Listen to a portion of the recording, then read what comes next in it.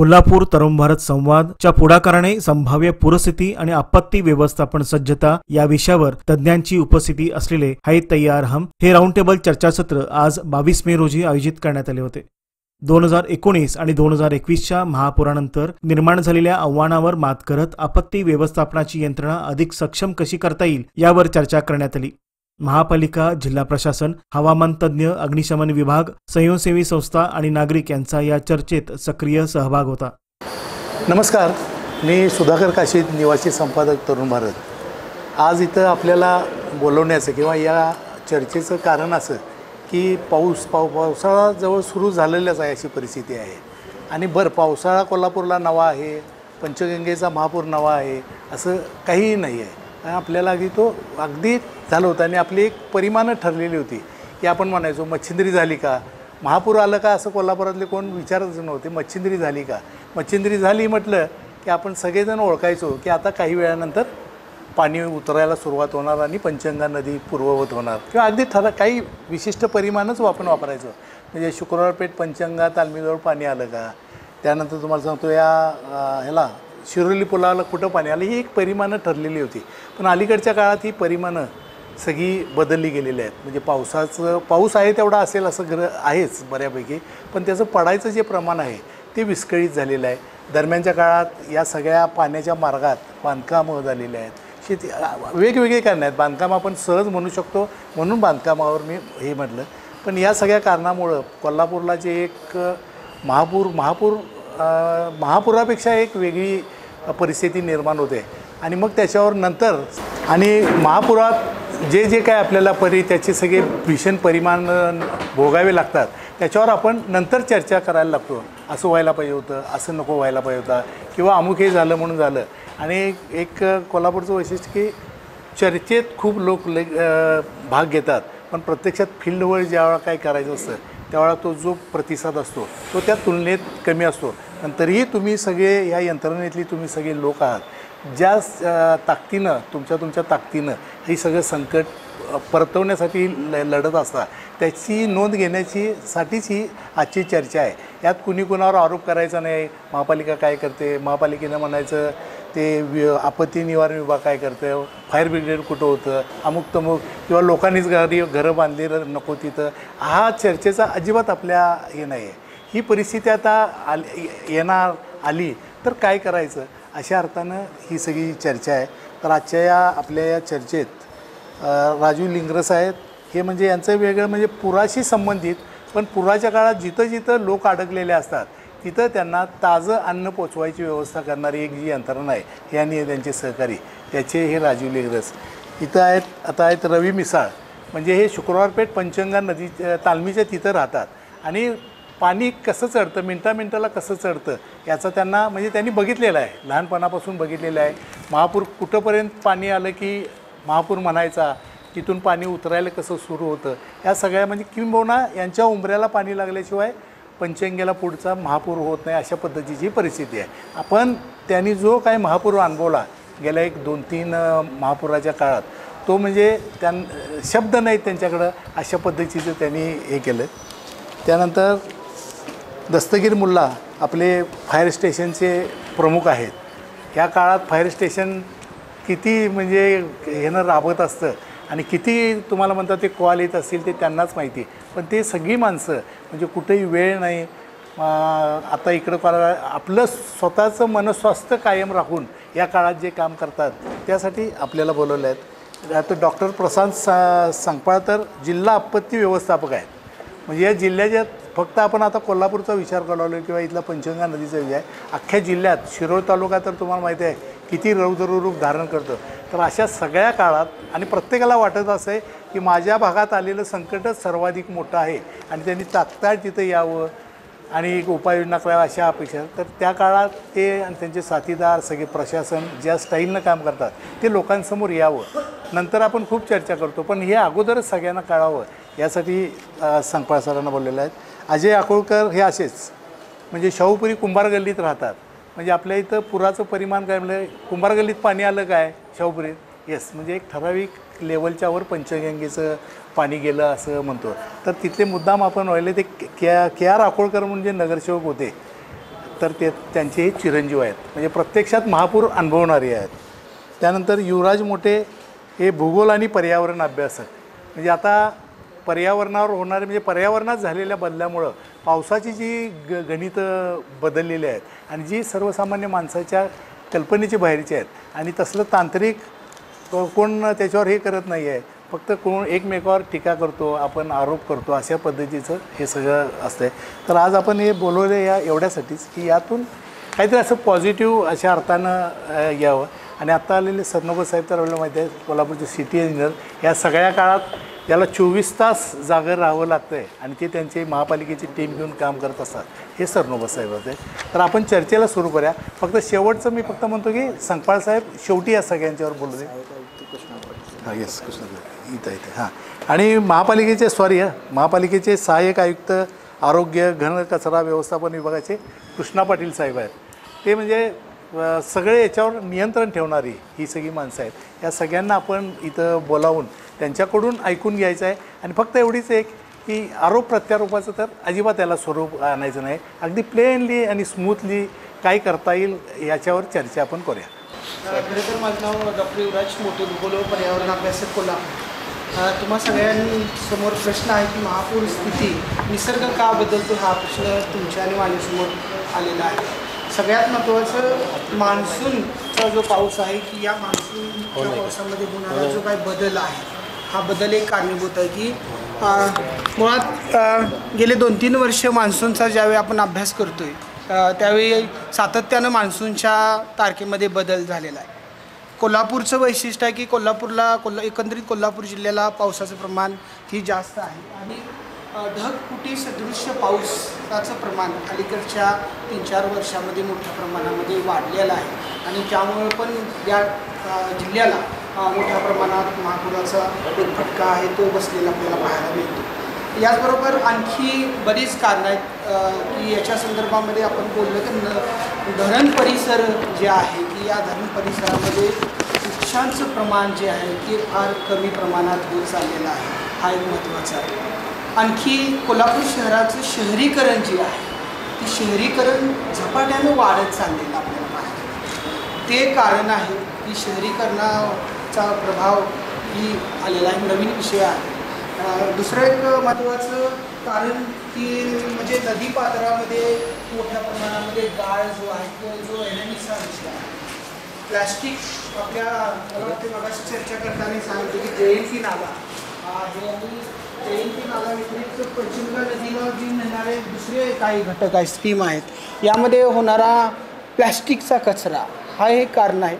शहरामध्ये मोठ्या प्रमाणामध्ये रस्ते चाललेले आहेत, ब्लॉक रस्ते आहेत. जमिनीमध्ये जेवढं पाणी मुरणं अपेक्षित आहे ते पाणी मुरतं आहे का यावरही भाष्य करणं किंवा हाही घटक या निमित्तानं मला वाटतं आहे महत्त्वाचं आहे. त्याचबरोबर हवामानातील बदल असतील, तापमान वाढ, मान्सूनची बदलती स्थिती, हे जे काही जनरल कारणं आहेत हे कारणंसुद्धा या ठिकाणी लागू असलेलं आपल्याला पाहायला मिळते. आणि कोल्हापूर खरं तर नदीकाठी असणारं शहर आहे आणि नदीकाठी असूनसुद्धा मोठ्या प्रमाणामध्ये आता बांधकामाचा विषय हा ऐरणीवर सातत्यानं त्याच विषयावर चर्चा झालेली आहे. त्या संदर्भात जी काही तज्ज्ञ आहेत ती भाष्य करतील. परंतु एकंदरीत बदलती स्थिती जी आहे, ढगफुटी सदृश्य पाऊस, की 3च दिवसामध्ये अचानक पाऊस पडतो. आपल्याकडं आपण तशा पद्धतीनं इंडियन मेट्रोलॉजिकल डिपार्टमेंट डेटाही देते आपल्याकडं आहे, त्याच्यानुसार आम्ही अभ्यासही करतो आणि आपल्या वृत्तपत्राच्या माध्यमातून आम्ही नक्कीच प्रत्येक वेळी देत असतो तशा पद्धतीचंही. तर या सध्या अशा पद्धतीच्या स्थितीमध्ये आपण आहे असं मला वाटतं. आता IMDनं जो अंदाज 100%हून जास्त वर्तवलेला आहे. मुळात पश्चिम महाराष्ट्रामध्ये कोकणाला लागून असणारा हा जिल्हा आहे आणि ह्या जिल्ह्यामध्ये चंदगडपासून अगदी शाहूवाडीपर्यंत सर्वच तालुक्यामध्ये मुसळधार पावसाची स्थिती ही नेहमीच राहिलेली आहे आणि आपण पाऊस पडणार अशा प्रकारची स्थिती आता तर प्री मान्सून सुरू झालेला आहे. खरं तर मे महिन्यामध्ये तुम्ही गेल्या 5-6 वर्षाचा जर आकडेवारी पाहिली तर मे महिन्यामध्ये एवढ्या लवकर पावसाला कोल्हापूरमध्ये सुरुवात होत नाही, परंतु यावर्षी मात्र लवकरच पावसाला सुरुवात झालेली आहे. त्यामुळे आपण तयारीत असणं कधीही चांगलं आहे आणि जिल्हा आपत्ती विभाग आपल्याकडे सक्षम आहे. त्या दृष्टिकोनातून आमची कोल्हापूर महानगरपालिका असेल, जिल्हा आपत्ती कक्ष असेल, या सगळ्यांनी मिळून आपण आत्ता त्या दृष्टिकोनातून जर प्रयत्न केले की पाऊस पडणारा आहे तर महापुराला आपण रोखू शकतो किंवा किमान प्रयत्न करू शकतो. माझं नाव अजय अकोलकर, शाहूपुरी कुंभार. आमचे वडील 27 वर्ष नगरसेवक होते. आम्ही 3 पिढ्या आम्ही पुरामध्ये आहे शाहूपुरी कुंभार गल्लीमध्ये. आणि पूर्वी जयंती नाल्याचं पाणी एवढं स्वच्छ असायचं की त्यावेळेला आम्ही अंघोळी वगैरे केलेलं एवढे म्हणजे स्वच्छ असायचं. आणि पुराचं प्रमाण म्हणजे ठराविक एवढं प्रमाण होतं, त्यावर कधी पाणी येत नव्हतं. आम्हाला म्हणजे पूर्वी सांगायचे की 1953 साली फार मोठा पूर आलेला, त्यानंतर थोडंफार 89ला पूर आलेला होता. आणि त्यावेळेला आमच्या वडिलांनी अभ्यास करून असं प्रत्येक तज्ज्ञांच्याकडून विचार की पुराच्या रेषेमध्ये जी बांधकामं सुरू आहेत तर त्यासाठी काहीतरी हे केलं पाहिजे. त्यावेळेला आम्ही पूरग्रस्तांचा एक कोल्हापूर कलेक्टर ऑफिसमध्ये मोर्चा काढला होता. त्यामध्ये म्हणजे मुख्यमंत्र्यांनी पण त्याची दखल घेऊन पूर रेषेतली बांधकामं थांबवली होती. त्यानंतर परत बांधकामं सुरू झाली, कारण असं पण असू शकते की त्यामुळं पूर येत असेल असं आमचा अनुभव. नाही, मग ह्याची जी परिस्थिती असायची शाहूपुरीतली ती कशी असायची? किती दिवस पूर राहायचा, कधी उतरायचा, आणि त्या काळात तुम्ही काय हे करत होता? आणि आता तर हां तेच की, म्हणजे पूर यायचा आणि ठराविक म्हणजे आम्हाला थोडे क्वाटच्या लेवलची पाणी यायचं असे, एवढी असे लेवल असेल. शाहूपुरी 6वी गल्लीत आहे, त्या 6वी गल्लीत कधी येत नव्हतं पाणी जास्त. म्हणताना आम्ही घर बांधताना अशी 6व्या गल्लीची लेवल ठेवून आम्ही घर बांधलं. खरं तिथं आता 2005 साली जवळजवळ 5 फूट त्या 6व्या गल्लीत पाणी, म्हणजे घरात आमच्या जवळजवळ 10 फूट पाणी आमचा पहिला मजला पूर्ण बुडला होता. आणि पाणी येऊन गेल्यानंतर पूर म्हणजे आता पहिला पाणी तुम्हाला सांगितलं की एवढं पाणी येऊन गेल्यानंतर आम्हाला स्वच्छ म्हणजे काय वाटत नव्हतं स्वच्छ करायला वगैरे. तर आत्ता एवढं म्हणजे एवढं घाण आहे की आम्हाला म्हणजे फिनेलचं कॅन आणायला लागते आणि सगळे स्वच्छता आणि हँगलोज वगैरे घालून म्हणजे एवढे होय एक महिना पण हे होत नाही, म्हणजे एवढे त्याचा वास दुर्गंधी आणि हे राहते, त्यामध्ये आम्ही राहतो. नमस्कार, माझं नाव रवी मिसाळ. मी पण कोल्हापूर शहरातलाच एक नागरिक आहे आपल्या सर्वांसारखा. पण सर्वांच्या सारखा असूनसुद्धा जसा किल्ल्याचा बुरुज असतो तसं आम्ही त्या विशीवरच तिथं आमची घरं आहेत, व्यवसायसुद्धा आहे. सगळ्यात पहिल्यांदा जसं साहेब म्हणाले की जसं पूररेषा होती, पंचंगा तालीमजवळ आलं किंवा शिंगणापूर जकात नाक्याजवळ आलं तर ते कळायचं, मच्छिंद्री झाली हे ते. आता असं आहे की आम्हा लोकांना पावसाची इतकी भीती वाटते की आम्ही व्यावसायिक असेल तर जानेवारीपासूनच आम्ही भिवून धंदा करायला चालू करतो. म्हणजे मटेरियल उतरायचं काय नाही, स्टॉक ठेवायचं काय नाही, कारण एकदा सोडून 2 वेळा मोठा फटका बसलेला आहे. सरकारची मदत होते पण ती तोकडी होते, त्यानं सगळ्यांचंच हे होते अशातला पण भाग नाही. पण आता हे एवढं निश्चित की जानेवारीपासून आम्हाला भिवून धंदा करायची त्या सगळ्या विषयीतल्या लोकांचं एक आहे. त्याचं प्रमुख कारण आजपर्यंत प्रत्येक वेळा आलेलंच आहे. म्हणजे नदी क्षेत्रातली बांधकामाचं असेल, वाळू उपसाचा विषय असेल, नाले सफाई होण्याचा विषय असेल, आलमट्टी धरणाच्या बाबतीतलं जे काही विषय ते हे आता हे खरं तर मूळ मुद्दे ते, पण आता ते कॉमन झालेले आहेत. आता ह्याच्यासाठी सुद्धा विचार करावा लागेल. आता जर NH4ला आपण रस्ता न म्हणता बांध म्हणत असेल तर आता NH4सुद्धा आता नवीनीकरण चालू आहे, तर त्यावेळी त्याचं परियोजना व्हायला पाहिजे आत्ताच्यानुसार. जर काय म्हणजे तो एक मुद्दा पाणी साठण्यासाठी, कारण बॅकवॉटर म्हणून जे आमच्या साईडला जे सगळ्या यांना फटका बसतो त्याच्यासाठी थोडासा एक मुद्दा सुटण्यासाठीचा एक बिंदू आहे. तर त्याचाही विचार केला असेलच, पण तो प्रभावी केला तर आणि उत्तम होईल. दुसरं, आता सगळीकडे शहरातल्या वस्त्या वाढलेल्याच आहेत. जिकडे जाईल तिकडं तुम्हाला म्हणजे पाणी मुरण्याचंच हेच राहिलेलं नाही. त्यामुळं कॉर्पोरेशननं जरी रेन वॉटर हार्वेस्टिंगचा जरी विषयचा जो मुद्दा घेतला असेल तर तो प्रभावी होतो अशातला भाग नाही. तो झाला तर बऱ्यापैकी पाणी आणि मुरण्याचं होईल. कारण आज रस्ता, फुटपाथ, प्रॉपर्टी असंच सगळीकडं दृश्य आहे लोकांचं. व्यतिरिक्त ग्राउंड नाहीत, काय नाहीत, पाणी मुरण्याचं ठिकाणच आज राहिलेलं नाही आहे. याच्याविषयी ते सुद्धा त्याच्यावर एक प्रभावी जर मुद्दे जर सरकार म्हणून जर झालं तर त्याने हे फायद्याचं ठरेल. महत्त्वाचा विषय असा आहे की कोल्हापूर शहरातल्या काही ठिकाणीच बाधित होतो, पण दुर्दैव असा आहे म्हणजे 2019-21ची गोष्ट 19चं एक मी तुम्हाला हे सांगतो की आम्ही जरी शुक्रवारपेठ पंचंग नदीच्या परिसरात राहत असेल तर आम्हाला पर्यायानं विस्थापन व्हायला लागलं, दुसरीकडं कुठं तरी आम्ही गेलो. पण एक खूप म्हणजे दुर्दैवी गोष्ट आहे, कोल्हापूर शहरात आलेली आपत्ती सगळ्या जगाला दिसेल पण त्या स्थानिक तिथल्या लोकांना त्याचं हे कळत नाही. त्यांनी पण थोडंसं आपल्याला म्हणजे आपण सगळ्यांनी कोल्हापूर नागरिकांना आव्हान करण्यासाठी जी बाधित आहेत, जी अडचणीत आहेत त्यांच्यासाठी थोडंसं मदत म्हणून काय मदत म्हणजे श्रमदान पाहिजे, दुसरं काहीच पाहिजे नाही कोल्हापूर. हां, पण हे एक दुर्दैवी दिसायला मिळालं मला की मी संभाजीनगरला जरगनगरला त्यावेळी मी शिफ्ट झालो होतो, पण जातेवेळी संभाजीनगरला एक हळदीचा कार्यक्रम सुरू होता आणि ते ढगायला लागली की गाणं चालू होतं आणि लोक रेन वॉटरनं ते कार्यक्रम मोठ्या आनंदात साजरा करत होते. पण तिथूनच अर्धा 1 किलोमीटरवरचं हे दृश्य लोकांना कळत नव्हतं.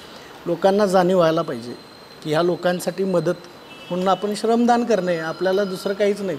नंतर जगातनं पैसे येतात, जो तो आपापलं कोणतरी मित्रमंडळी हे ते ज्याला त्याला करत असतो. म्हणजे ह्या सगळ्या आपल्या संस्था आहेतच ज्या पहिल्यांदा ऑनवर फुटिंग येतातच. फक्त आपल्याला त्या नागरिकांनासुद्धा, कारण पर्यायानं ते वरचे भागसुद्धा कुठं तर लाईट गेलेली असते, पाणी नसते, आणीबाणी त्यांनाही असते, पण त्याची जाणीव नसते. नागरिकांनासुद्धा आव्हान करणं गरजेचं आहे की तुम्ही अशा क्षेत्रातल्या तिथं भेलच्या गाड्या, पाणीपुरीच्या गाड्या घेऊन पिकनिक पॉईंट साजरा होतं, पण आमच्यासारख्या लोकांच्या वेदना काय आहेत हे त्या लोकांना कळत नाही. तर लाखो रुपयेचं नुकसान होतं. बराच म्हणजे त्यानंतर परत पूर परिस्थिती निवारली की आम्हाला जे हे होतं आहे ह्या गोष्टी ह्या लोक पिकनिक म्हणून करतात. तर हे असं नाही हे करता थोडंसं त्या लोकांना जागृती करणे, आव्हान करणे की म्हणजे जेणेकरून कसं 1+1=11 मॅनपॉवर वाढेल, ह्या अडचणी सगळ्या कमी होतील. असं काय कोणी समाज सुधारायला किंवा प्रशासनानं ठेका धरलेला नाही की आपणच करायला पाहिजे. आणि हे ते लोकांचंही दायित्व आहे की त्यांनीसुद्धा थोडंसं एक मदत करणे. अशा सगळ्या गोष्टी आहेत. व्यवसाय आणि राहणाऱ्या लोकांची पूर्ण घरं पाण्याखाली जातात. ते प्रभू श्रीकृष्ण आणि द्वारका बुडली आणि मग ते तिकडे गेले असं काही, त्यावेळीसुद्धा असंच काहीतरी झालं असेल. त्यामुळे त्यांनाही कळालं असेल की नाही आता आपल्याला इथून ठिकाण बदलावंच लागेल. त्यावेळी पण अतिवृष्टी आपण त्यांनी बघितलंच, ते म्हणजे डोंगर आणि ते असं सगळ्या गोष्टी. एक श्रीकृष्ण नव्हता, अनेकांनी सगळ्यांनी श्रीकृष्णाची जर भूमिका बजावली तर द्वारका बुडली तसं कोल्हापूर बुडला असं व्हायला नको. आणि आता पर्यायानं लोक डोंगरावर जाऊन राहायला लागलेत. आणि साहेब म्हणले तसं पाण्याच्या परिसरात आणि हे कोल्हापूर असलेलं आहे. अगदी आपली संस्कृती पहिल्यापासून अशी आहे की नदी नाले बघूनच तिथं वस्ती वाढते. असं कुठलंच गाव नाही की ते नदी पाणी नाही आणि लांब राहते. ते बघूनच त्या काळातली लोक तिथं राहून येते. पण त्याचे जे नियम आणि अटी आहेत ते आपण आता सगळ्या माथ्यावर ठेवून आता ते उन्माद आपण केल्यासारखा तो विषय आहे. तर मला असं वाटतं की ह्या सगळ्या नियमाच्या गोष्टी म्हणजे नियम या शब्दातच यश लिहिलेला आहे. तर तुम्ही नियमच पाळला नाही तर यम येऊन तुम्हाला करणार, तो वेगवेगळ्या माध्यमातून करेल. असे सगळे त्यातलंच एक माध्यम आहे जे आज आपण बसलो आहे. तर हे सगळ्यांचंच काम आहे, म्हणजे एकट्या प्रशासनाचं किंवा 1-2 संघटनेचं संस्थेचं काम नाही आहे. तर सगळ्यांनी मिळून आपण एक मोठं हे होऊ शकतं.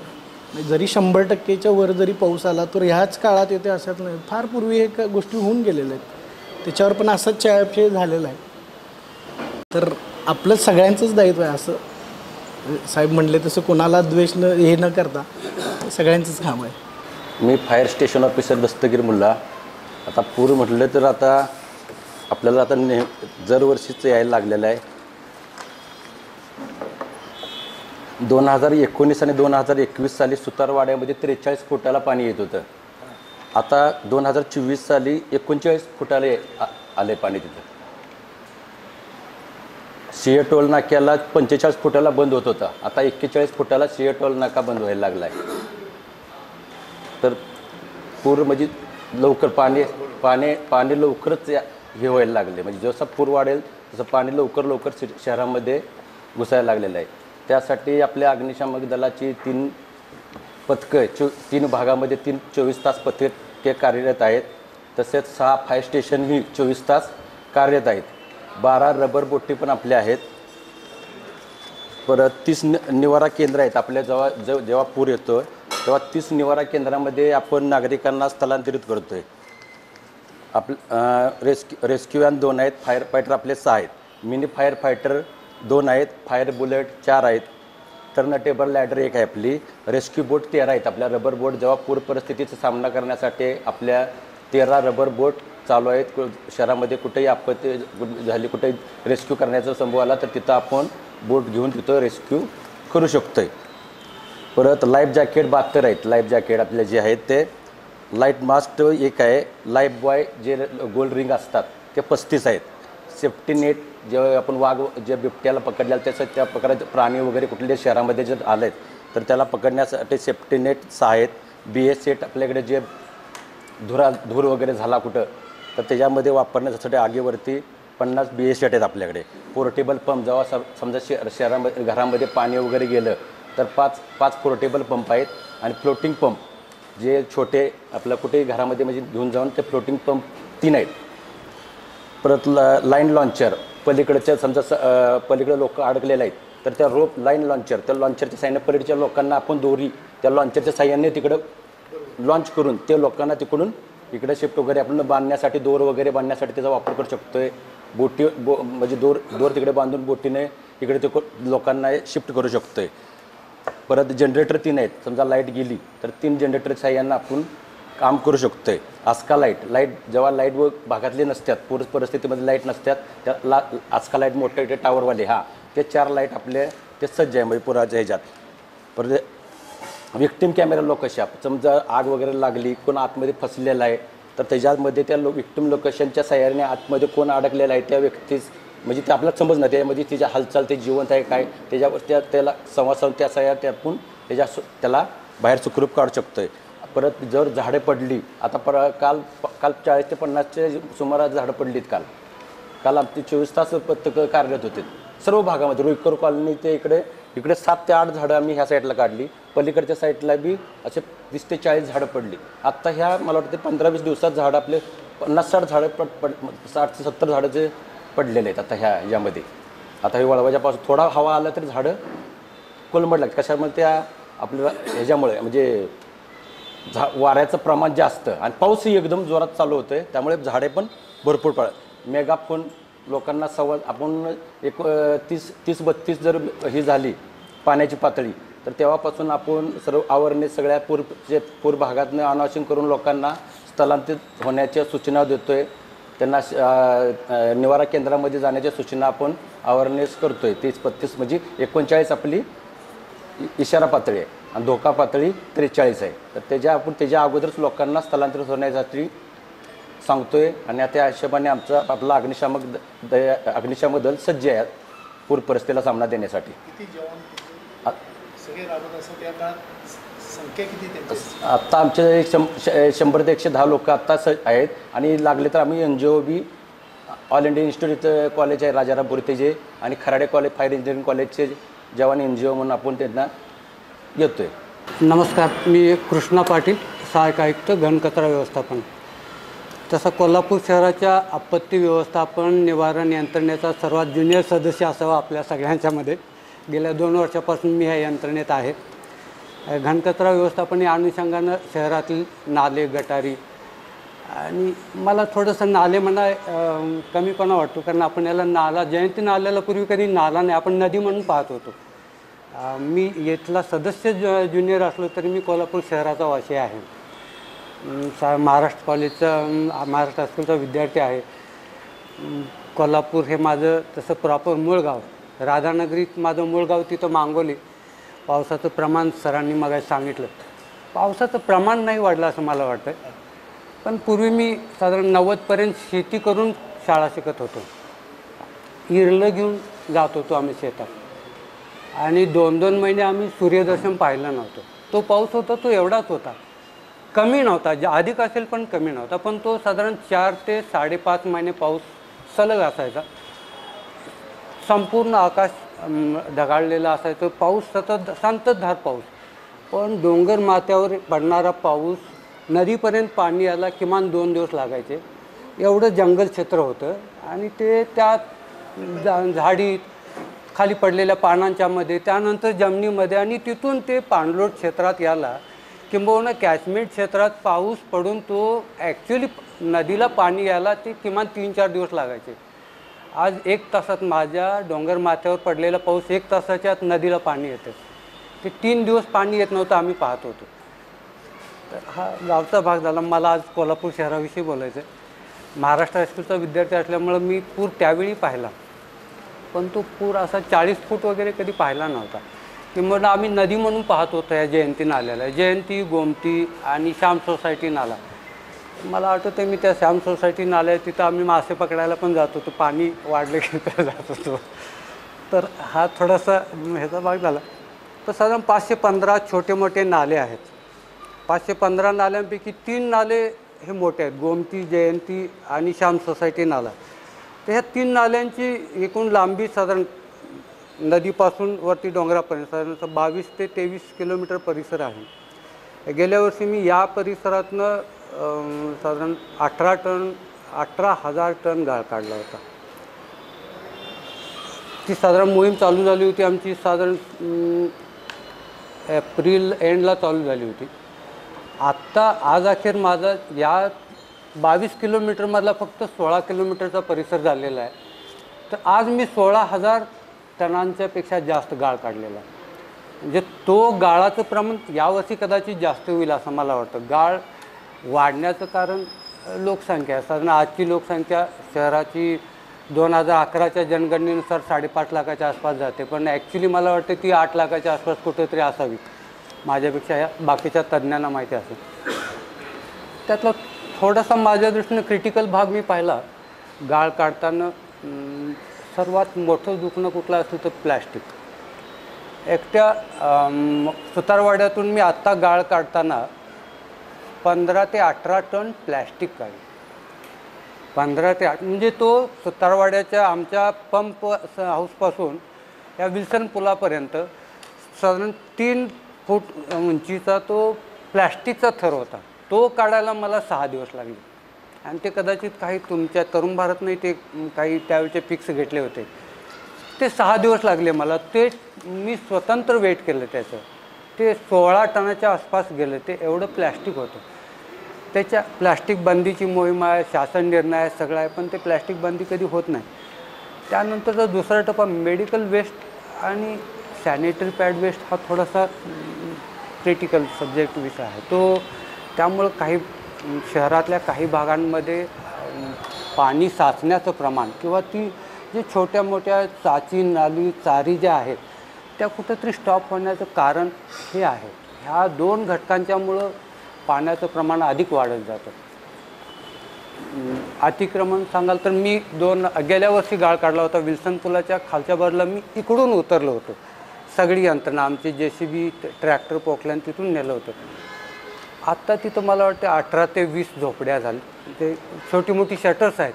मला आज तिथला गाळ काढता आला नाही. विल्सन पुलाचं प्लिंथ लेवल विचार केला तर मला वाटते आता आहे गाळाच्यापेक्षा खाली प्लिंथ लेवल 10 ते 12 फूट असेल. प्लिंथ लेवल मी परवा तिथं स्वतः गेलो होतो, खाली उतरलो आणि पाहिलं ते पुलाची प्लिंथ 12 फूट असलं. म्हणजे त्या साधारण अर्धा किलोमीटर 500 मीटर परिसरात किमान 25 ते 50 टन गाळ असेल. तो मला काढता येत नाही. आता तिथं उतरताच येत नाही, कारण तिकडून उतरलं तर मशीन बुडते पाण्यात, एवढा गाळ आहे तो. ही परिस्थिती साधारण आपल्याला ॲस्टल आधारपर्यंत बघायला मिळते. गाळाचं प्रमाण त्या टप्प्यापर्यंत जास्त आहे. त्याच्या वरच्या टप्प्यापर्यंत गाळाचं प्रमाण कमी आहे. पण इथंपर्यंत शहरातून विविध जे छोटे मोठे नाले, चरी, चाची येतात त्यामधून लोकांच्यात अवेअरनेस हवा की किमान प्लॅस्टिक, सॅनिटरी पॅड्स हे त्या नोड्या नाल्यांच्यापर्यंत नाही गेले पाहिजे. कारण याचं प्रमाण गाळाच्या समसमान येतं. जवळजवळ अंतिम टप्प्यात येतं त्यावेळी एकूण 18,000 टन गाळाला कुठंतरी 4 ते 5,000 टन प्लॅस्टिक, सॅनिटरी पॅड आणि हे जो वेस्ट आहे ते येतं. आज आमच्याकडं जेटिंग मशीन गेल्या 2 दिवसापासून पाऊस पडायच्या आधीने काल पावसात जेटिंग मशीनची सफाई चालू आहे. विल्सन फिनस टॉकी ते आपल्या ह्याच्याजवळ हे हॉटेल रेल्वे स्टेशन या रस्त्यावरचं थोडंसं गेले 15 दिवस तिथं हे होतं लिकेज होतं, पण काल आम्ही ते काढलं, ते सक्सेसफुली केलं. पावसात ते आपले स्टाफ तिथं कर्मचारी सगळा काम करत होता. पण त्यातून जे बाहेर निघलं ते साधारण 25 किलोच्या आसपास तो मैदा आणि ते तेलकट ते कुठून तर ते हॉटेल वेस्ट ह्या 8-9 जे मोठे हॉटेल आहेत ते सगळं कुठलेही STP प्लॅन नाहीत त्यांचे, फक्त दाखवायसाठी ठेवले जातात. आहे तसं हॉटेल वेस्ट त्या नाल्याला जोडलं जातं. यांच्यासाठी महापालिकेचे सगळे प्लॅन्स, कचरा प्रक्रिया प्रकल्प आहे, RDF प्रकल्प आहे, तुमचा विंडरो प्रकल्प आहे, कंपोस्टिंग प्रकल्प आहे, बायोमेडिकल वेस्ट प्रकल्प आहे, ह्या सगळ्या प्रकल्पातून हे एवढी कचरा जात्याला सोडून आपण पर डे 200 ते 220 टन कचऱ्यावर प्रक्रिया करतो. त्या व्यतिरिक्त हा जाणारा जर 18,000 टन आपण जर गाळ इथं काढत असेल तर याच्यापेक्षा नदीत जाणारा गाळ अजून मोठा असेल, किमान त्याच्यापेक्षाही मोठ्या प्रमाणात नदीत जाणारा गाळ असेल. त्यासाठी लोकांच्यात अवेअरनेस पाहिजे. लोकांच्यात आज रिटर्निंग वॉल, मला वाटतं आरोप म्हणून नाही म्हणायचं, पण ते रिटर्निंग वॉल बांधताना कुठल्या तरी बांधकामांना संरक्षण म्हणून बांधल्यासारखी आहेत. कुठेही बफर झोनचा विचार केलेला नाही. बफर झोनमधून आपली यंत्रणा जाऊ येऊ शकते. आज ह्या जयंती नाल्यावरच्या 6 ठिकाणं अशी आहेत आयडेंटिफाय, मी तिथं उतरूच शकत नाही, माझी कुठलीच यंत्रणा. या जयंती नाला किंबहुना नदीतला गाळ काढताना 1 किलोमीटर परिसरातला गाळ मला इथून तिथं पाण्यातनंच शिफ्ट करत न्यावा लागतो पोकल्यांचा सहाय्याने. कदाचित 2 वर्षात गंमत म्हणून म्हणतो, पण एअरलिफ्टिंगद्वारे मला गाळ काढावं लागेल अशी परिस्थिती आहे. एवढी कठीण परिस्थिती. हसण्यातला विषय नाही, सगळ्या यंत्रणांची जबाबदारी आहे. मी महानगरपालिका म्हणून माझी प्राथमिक जबाबदारी आहे, सर्वात पहिला गुन्हेगार मी असेल, पण तेवढीच जबाबदारी सगळ्या यंत्रणेची आहे की हा बफर झोन सुरक्षित ठेवला पाहिजे. हा बफर झोन सुरक्षित ठेवला नाही तर भविष्यात एअरलिफ्टिंगच करावं लागेल. हे माझं आजचं निरीक्षण आहे. मी 1 महिन्यापासून त्या गाळात असतो, गेल्या वर्षी होतो, पण त्यानंतर मला वाटलं आता पाऊस सुरू झाला, आता थोडंसं गाळाचं प्रमाण कमी, पण ॲक्च्युली महापूर साधारण 22ला चालू झाला आणि 1 महिना मला पुन्हा गाळ तेवढाच काढावा लागला. आणि तेवढाच गाळ काढताना किमान 2000 टन प्लॅस्टिक काढलं मी. हे कोल्हापूर शहराचं दुर्दैव आहे. आज आम्ही कारवाईला जातो म्हणून दुकानात 8-10 दुकानं बंद आहेत. तिथं साधारण या 1 महिन्याभरात 22,000 किलो आपण प्लॅस्टिक काढलं, नष्ट केलं. आमच्या आता प्लांटवर नेऊन ते श्रेडिंग मशीनमध्ये नष्ट करून टाकलं, त्याचा रियूज होणे म्हणून. पण 100% प्लॅस्टिक बंदी असताना राजरोसपणे प्लॅस्टिक चालू राहतं. हे सर्वात मोठं महापुरातलं दुखणं.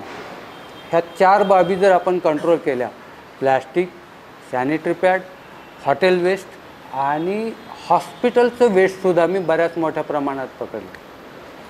हे या 4 घटकांच्यावर बंदी केली, ह्या 4 घटकांना कुठंतरी आपण कंट्रोलमध्ये आणलं तर बांधकामं, तर तो माझा विषय नाही, पण अनधिकृत बांधकामं हा मोठा इश्यू आहे. त्यातला साधं विल्सनचं इथलं उदाहरण सांग, 20-22 शेड आहेत. आता मी जाऊच शकत नाही आतमध्ये, आणि पलीकडून आत यायचं झालं तर माझं हे बुडून जातं, पाण्यात जाणार, यंत्रणा पाण्यात जाते. ही फॅक्ट आहे. विल्सन पुलाची फॅक्ट कोणी, म्हणजे माझ्यापेक्षा तज्ज्ञ लोक सगळे इथं आहेत. किमान 10 फूट गाळात खाली त्याचे पिलर आहेत, त्याची प्लिंथ लेवल आहे. ही फॅक्ट आहे. ह्या यंत्रणा, सगळ्या यंत्रणांनी यामध्ये सुधारणा केल्या तर कुठंतरी आपण भविष्यात कोल्हापूर शहराला, आज कोल्हापूर म्हणजे महापूर सिटी कुठल्या असेल एन्जॉय म्हणून येतात लोक. मला मुंबईला मी 20-22 वर्ष सेवा केली. मला मंत्रालयातून फोन, अरे महापूर चालू झाला आहे की सांग, मला यायचं आहे कोल्हापूरचं महापूर एन्जॉय करायचं आहे. ही फॅक्ट आहे. मी इथं माणसांना जेवण द्यायला ही यंत्रणा, त्यांनी मला पाहिलं असेल पण लक्षात नाही. आम्ही ताटं घेऊन फिरतो, पाठीवर बॅग असते, ते जेवण कोणाला अन्न पाणी पाहिजे, कोणाला कपडा लता पाहिजे, हे घेऊन फिरत असतो. आमची यंत्रणा सगळी महापालिकेची, ते आमची वाहवा करायची म्हणून मला सांगायचं नाही, पण आम्ही फार कमी पडतो तिथं. कारण एकूण 9 ठिकाणं अशी आहेत आयडेंटिफाय की प्रचंड मोठ्या प्रमाणात अचानक पाणी येतं. त्या ठिकाणी कुठं जायचं, म्हणजे 9 ठिकाणी सगळी यंत्रणा पोचू शकत नाही. म्हणजे तिथं अग्निशमनही गेलं पाहिजे, तिथं कपडा लता पोचलं पाहिजे, तिथं जेवण पोचलं पाहिजे, निवारा पोचला पाहिजे. ह्या 4 बाबी तिथं पोहोचवताना महानगरपालिकेच्या किंबहुना जिल्हा स्तरावरील सर प्रमुख आहेत, सरना यातली कल्पना आहे, त्या ठिकाणी आम्ही जाताच येत नाही. वाहनं नाहीत, रस्ते दुरून यावे लागतात, मोठा पाऊस असतो, रस्त्यांच्या बाजूचे ज्या छोट्या शहरातल्या ज्या छोट्या नाल्या आहेत त्या तुडूंब भरलेल्या असतात. आणि आपलं सुदैव चांगलं, शाहू महाराजांना शहरातल्या पंचनद्या आणि ही 6वी नदी ह्याची कल्पना होती. त्यामुळं अंडरग्राऊंड जे त्यांची ड्रेनेज व्यवस्था आहे ती ड्रेनेज व्यवस्था मी इथं शाहूपुरी लक्ष्मीपुरीतली एक गेल्या वर्षी एक ते चॅनल भरून वाहत होतं. त्या चॅनलमध्ये आमच्याकडे कुठली तो चॅनल साधारण आतमध्ये 60 फुटावरती तो पडला होता. आत जायला यंत्रणा नव्हती, जायला कोण धाडस नव्हतं, आमच्याकडे मास्क वगैरे काय नव्हतं. पण ते कुठं तुटलं हे आम्हाला, कुठं पंक्चर आहे कळतच नव्हतं. पाणी एवढं प्रचंड होतं. कर्मचाऱ्यांच्या बरोबर कुठंतरी 5-1 फूट आपल्याला जावं लागेल तर कर्मचारी धाडस करतील म्हणून मी स्वतःही त्यात नाल्यात त्यावेळी उतरलो होतो. एक तर इकडून पुराचं पाणी, हा मोठा पाऊस, तिथं उतरून मग आम्ही ते अंदाजे बॅटरी मारून ते पाहिलं की किती आतमध्ये असावं. तर ते साधारण 50 फूट ज्यावेळी तो पडलेला दिसला ते आम्ही तोडाय घेतलं. त्यावेळी लक्षात आलं की ही यंत्रणा तत्कालीन कालावधी शाहू महाराजांनी ही पूर यंत्रणा अशा पद्धतीचा मोठा पाऊस शहरात होतो आणि ते कुठंतरी पाणी योग्य मार्गे जावं, त्याचा निचरा व्हावा, अशी शहरातली ही 515 जे नाले चाची म्हणतो त्यातली किमान 200 नाले त्या यंत्रणेला जोडलेले आहेत. ते खुले झाले पाहिजेत. ते खुले नाही तेवढ्यासाठी आता जी नवीन रस्ते झालेत, मला माझे चेंबर मिळत नाहीत. मला माझे चेंबर आत्ता मी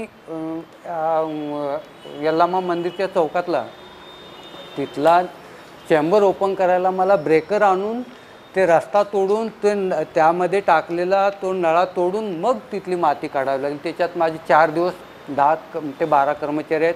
आमचे फायरचे लोक आले होते, आमचे वॉटर सप्लायचे त्यांनी पाण्याचे टँकर लावले होते, पवडीची लोक, सगळे डिपार्टमेंट आमचे तिथं गेले. 4 दिवस काम करतात. तेव्हा आज कुठं पलीकडचं छिद्र मोकळं झालं. 50 फुटाच्या रस्त्यासाठी 15 ते 18 माणसं आणि एवढी सगळी यंत्रणा 3 ते 4 दिवस राहते. याचं कारण असं त्याच्यावरती जे छोटे मोठ्या ओढे नाल्या छोट्या किंवा गटरे आहेत त्या कुठेही शिल्लक ठेवल्या नाहीत. रस्ते बांधताना ते बंद झालेले आहेत. हे कुठंतरी आधी रस्त्यांचे मॅपिंग, पूर्वीचे जे ड्रेनेज लाईन आहेत त्याचे मॅपिंग, त्याच्या कुठंतरी भिंतीला मार्किंग किंवा त्या क्षेत्रात काम करताना गाळ उठाव करणारी किंवा प्रदूषण नियंत्रण करणारी यंत्रणा किंवा आपत्ती व्यवस्थापन यंत्रणेला ॲट ए टाईम एकाच वेळी सगळ्यांना त्याचे चार्ट कुठंतरी त्या भागातल्या विभागीय कार्यालयात कुठं पाणी तटतं, कुठं मोठ्या महापुराचे कारण बनतं, कुठं झाडी पडलेली असते, ह्या सगळ्याचे कुठंतरी प्रशिक्षणात्मक कार्यक्रम राबवले पाहिजेत. तर आपण हे सगळी एक यंत्रणा एकमेकाला सहकार्य करू. अन्यथा हे दरवर्षीचा महापूर असेल आणि मी म्हणलं तसं 2 वर्षानंतर एअरलिफ्टिंग गंमत म्हणून म्हणतो पण ते खरोखर फॅक्ट येईल, एअरलिफ्टनं गाळ काढावं लागेल. आपण सगळेजण पुराची भीषणता, पुराचं वेग, पाण्याचा वेग, नागरी वस्ती पाण्याखाली जाणं किंवा त्यांना स्थलांतरित व्हावं लागणं, तर या सगळ्या याच्यात लोकांच्या सुरक्षिततेचा आणि त्यांच्या त्या काळातल्या जेवण खाण्याचा मुद्दा हा अतिशय मुद्दा होतो. तर हे राजू लिंगरस आणि त्यांची जी गँग या पुराच्या काळात एक वेगळं काम करत असते, म्हणजे लोकांना जेवण आणि निवाऱ्याचं काम करत असतं. त्यासमोर हे जसं आता आपण आपत्ती निवारण असं तसं हे नमस्कार, मी राजू लिंगरस. पुराच्या काळात किंवा कुठल्या डिझास्टरमध्ये जे जेवणाचा फार मोठा एक विषय आहे, तर ह्याची सगळ्याची सुरुवात मी एक पर्टिक्युलर नाव घेऊन सांगतो. उज्ज्वल नागेशकरांनी हे इंट्रोड्यूस केलं म्हणायला काय हरकत नाही कोल्हापूरमध्ये. म्हणजे 92चा जो याचा भूकंप झाला लातूरचा आणि स्वतःचं हॉटेल बंद करून मग त्यांनी त्यांच्या हॉटेल मालक संघ जो आहे त्यांना पण थोडंसं मोटिवेट केलं. ते लोक पण सगळे गेले आणि खूप चांगला त्यांनी तो एक, कारण एवढं सगळं झालेलं आहे, खरं खायचं काय तो जर मोठा प्रश्न होता. कारण शासकीय यंत्रणा पण एवढ्या प्रमाणात येते, त्यांना जर कोण खायला घालणार हे सगळा विषय. तर त्यानंतर भुजचा जो भूकंप झाला, उत्तराखंडला तर पूर्ण मानवी साखळी त्यांना आर्मीनं मानवी साखळी करून दिली, पूल पडलेले होते, त्याच्यावरनं त्यांनी ते पातेली आणि डोक्यावरून येऊन हे केलं. म्हणजे कोल्हापूरचं खरोखर हे वैभव आहे आणि कोल्हापूरमध्ये कमी त्यांचं हे आहे, परंतु बाहेर हिंदुस्थानात कोपऱ्यात नाव असतात. मी हॉटेल मालक संघाचे आणि यांच्या कार्याला त्यांना साथ मिळाली ती व्हाईट आर्मीची. व्हाईट आर्मी सुरू होऊन आता 25 वर्ष झाले, तर हे 92पासून हे काम सुरू झालेलं आहे. त्याच्यानंतरचं केरळचा पूर, आपली टीम होती तिकडं, सगळं जिथं अफेक्टेड येतं ते डिस्ट्रीब्यूट झाले होते. तिथं जाऊन ते लगेच किचन सेट केले होते. चिपळूण 2005चा मोठा कॅम्प लावला होता तेरवाडला, संजय पाटलांचा जो इथेनॉल प्लांट आहे तिथं. मी स्वतः त्याच्यात होतो त्यावेळेला. तेव्हापासून एवढी भीषण परिस्थिती, म्हणजे कोल्हापुरातले आम्ही कॅम्प करतो त्याला काय आम्हाला काय नाही, सगळं सोयीस्कर आहे. तिथं ते एकतर इथेनॉल म्हणजे साखरेपासून नाही, माशांचा प्रचंड प्रमाणात माशा, त्यानंतर जमिनीत जसं जसं वर पाणी चढेल तसं साप वर सगळे साप आलेले. अक्षरशः जाताना असे मग शेवटी काही इलाज नाही, काठीनाशे ओढून टाकायचे वगैरे एवढं, आणि 24/7 हे चालू होतं. त्याच्यानंतर 2019चं तर काय भीषण सगळा विषय खूपच मोठा झाला. 2021 आता आमची पद्धत कशी आहे कामाची सांगतो. याच्यात मोठा रोल आहे कॉर्पोरेशनचा आणि NGOज जे ते. आम्ही काय करतो ह्याला, कारण खूप मायक्रो लेवलला आणि एक मॅनेजमेंटचा एक फार वेगळाच हे आखावं लागतो त्याच्यासाठी. आता सोपं झालं, म्हणजे आता आम्हाला माहीत झालं आहे, सगळे NGOज पण कॉर्पोरेशन पण अधिकारी सगळे आम्हाला कनेक्ट होतात. अमित हळवण करून एक व्यक्ती आहे, व्यावसायिक आहे, तो आमचा डिस्ट्रीब्युशन, कारण डिस्ट्रीब्युशन फार महत्त्वाचं. आम्ही शिजू किती म्हणजे भरपूर शिजू त्याची कॅपॅसिटी, कारण त्याचं डिस्ट्रीब्युशन, फूड तयार झालेलं फूडचं डिस्ट्रीब्युशन, तर तो आम्ही टाईम स्लॉट दिलेला असतो प्रत्येकाला, की या लोकांनी कॉर्पोरेशनचे सगळ्यांचे ते त्यांनी अपॉइंट केलेले असतात आणि त्यांनी किती वाजता यायचं. प्लास्टिक अवॉइड करतो आम्ही, पॅकिंग्स तसे करत नाही. अगदी ना इलाज असतं एअर ड्रॉपिंगला जे लागणार आहे आम्हाला, तर त्याच्यासाठी फक्त प्लास्टिकचा वापर केला जातो ना इलाजाना, कारण एअर ड्रॉपिंगला ते पाण्यात काही पाण्यात पण पडतं आणि वरून 19ला झालेले आहेत, आम्ही एअर ड्रॉपिंग केलेले आहेत. त्याच्यासाठी पण काळजी काय घ्यावी लागते की ते अन्न समजा उद्या त्यांना जर मिळालं नाही, उद्या जर शक्य नाही झालं, तर आम्ही त्यांना 2-3 दिवसाचं त्यात तेवढं असतं. मग त्याच्यात तळलेल्या पुऱ्या घालायच्या, म्हणजे त्या लगेच खराब होत नाहीत. भाजीत टोमॅटो कांदा वगैरे वापरायचा नाही, म्हणजे ते टिकते. म्हणजे असे मायक्रो त्याचा अभ्यास करूनच आमची यंत्रणा चालते. डिस्ट्रीब्युशनचे टायमिंग दिलेले असतात, डिस्ट्रीब्युशन ते प्रॉपर जातं सगळं तिथल्या ह्याला, जिथं काय म्हणजे मायग्रेट झालेले आहेत किंवा कुठं नाही केलेलं तिथं ते सगळं जातं. बोटीतून जिथं अडकलेल्या लोकांना मदतीसाठी त्या टीम्स वेगळ्या आहेत, NGOजच्या आणि ह्याच्यात ते सगळं जातं. NDRFला आम्ही त्यांच्या कॅम्पवरती किंवा त्यांच्या डिमांड वेगवेगळ्या असतात, आम्हाला कॅम्पवरती एवढं पाहिजे, तिकडे एवढं पाहिजे, कारण शेवटी त्याच्या हातात पण नाही आहे. त्याच्यासाठी एक वेगळी मॅनेजमेंट हे करावी लागते. हे सगळं करायच्या आधी आम्हाला रॉ मटेरियल, आम्ही कुठलंही शासकीय आम्हाला हे मिळत नाही मदत, हे अगदी मी क्लिअर सांगतो. आम्ही मागणी पण अजून केली नाही, कारण इथून पुढे करावी लागणार. कारण काय वेळेला अशी वेळ येते की कारखानदार वगैरे बरेच मदत करतात, पेमेंट एका रुपयाला मी हात लावत नाही कुठल्या. कोण काय 1 लाख रुपये द्यायचे, 2 द्यायचे, ते त्या सप्लायरचं आम्ही सर्व बिल पाठवून देतो त्यांना, त्यांनी तिकडं पेमेंट करायचं. हे एवढं एक क्लिअर ठेवलं. नाही तर काय होतं आहे या सगळ्या सिस्टीममध्ये कुठेतरी काय करणार नाही, खरं ठपका मारणारे पण असतात, म्हणजे असं असू शकतात. काय ह्या पण बारीक सारीक गोष्टी. सगळ्यात मेन म्हणजे क्लिनलीनेस.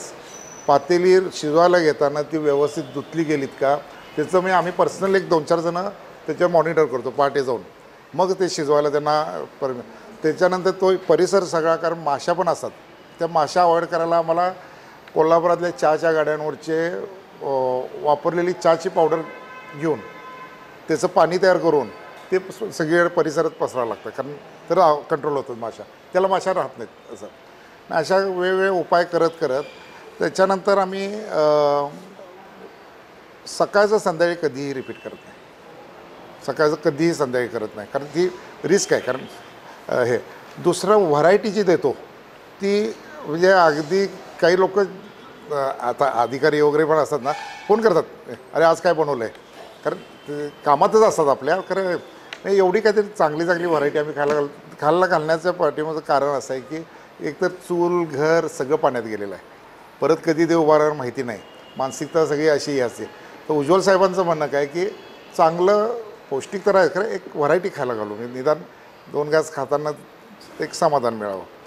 आता याच्यामध्ये कसं आहे, कुठलाही त्रास दुग्धजन्य पदार्थ आम्ही बऱ्यापैकी अवॉइड करतो, ज्यानं पोट पावसाच्या याच्यात पोट, म्हणजे हे मायक्रो प्लॅनिंगमधला सगळा विषय आहे. आणि अशा ह्याने एअर ड्रॉपिंगसाठी चिक्की भडंग वगैरे हे तयार करून घे, त्याचे पॅकेट्स वगैरे केलेले असतात. ही यंत्रणा सगळी अशी आमची चालती. जवळजवळ 100 लोक आमच्याकडं आम्ही पेड घेतो, म्हणजे रोजंदारीवरती भाज्या चिरण्यापासून या सगळ्या हे करण्यासाठी. आणि केटरिंग असोसिएशनचे सगळे लोक त्यांचे स्वतःचे पातेली सगळं घेऊन त्यांचे ते वाटून घ्यायचं. आज सकाळचं हे 4 असोसिएशन करणार जेवण, कारण यंत्रणा फार मोठी असते. रोजचं किमान नाही म्हटलं तर एक 10,000 लोकांचं जेवण तर बनावं लागतं एवढ्या क्वांटिटीचं.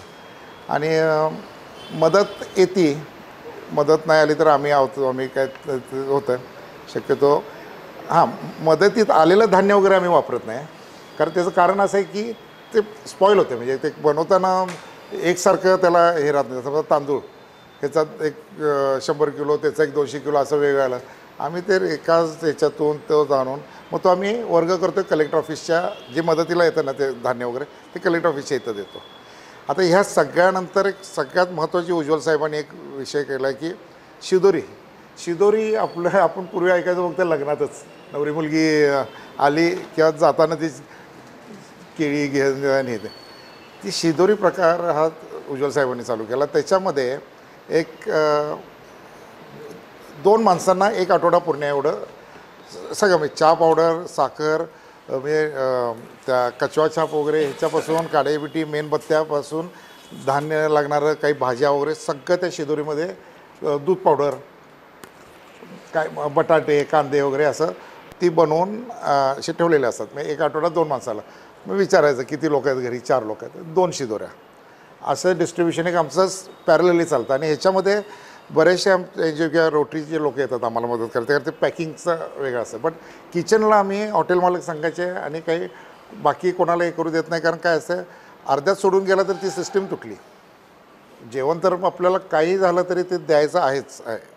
अशा पद्धतीनं आमचं हे सगळं काम चालतं आणि इथून पुढं असणारच आहे.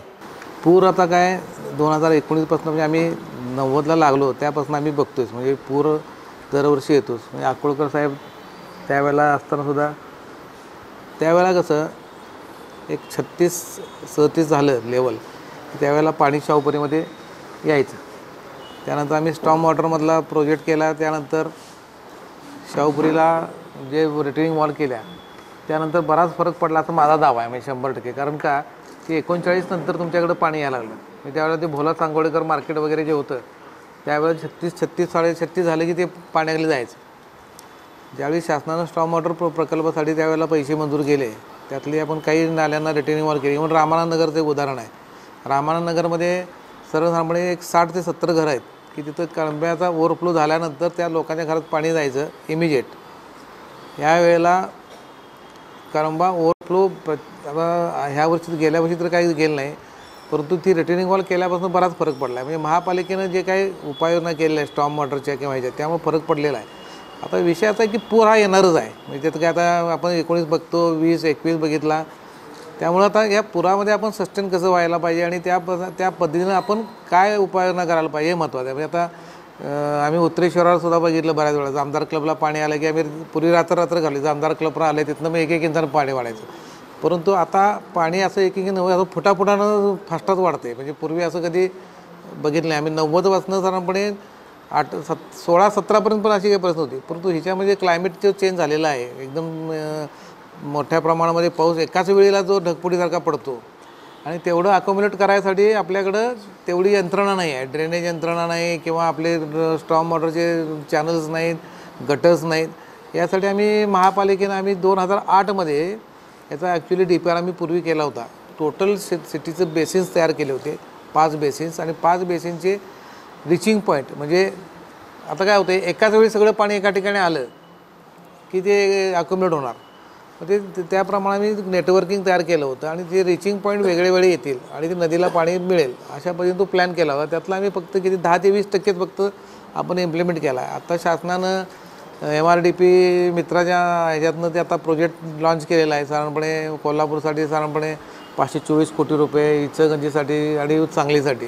ह्या माध्यमातून पूर जरी आला तरी ते म्हणजे फॅसिलेट होईल. म्हणजे ते काय पूर टाळण्यासाठी असं नाही, लोकांच्या डोक्यात काय की MRDP झाला म्हणजे पूर येणारच नाही असा विषय नाही, परंतु जो त्रास होणार तो त्रास कमी होणार हा विषय.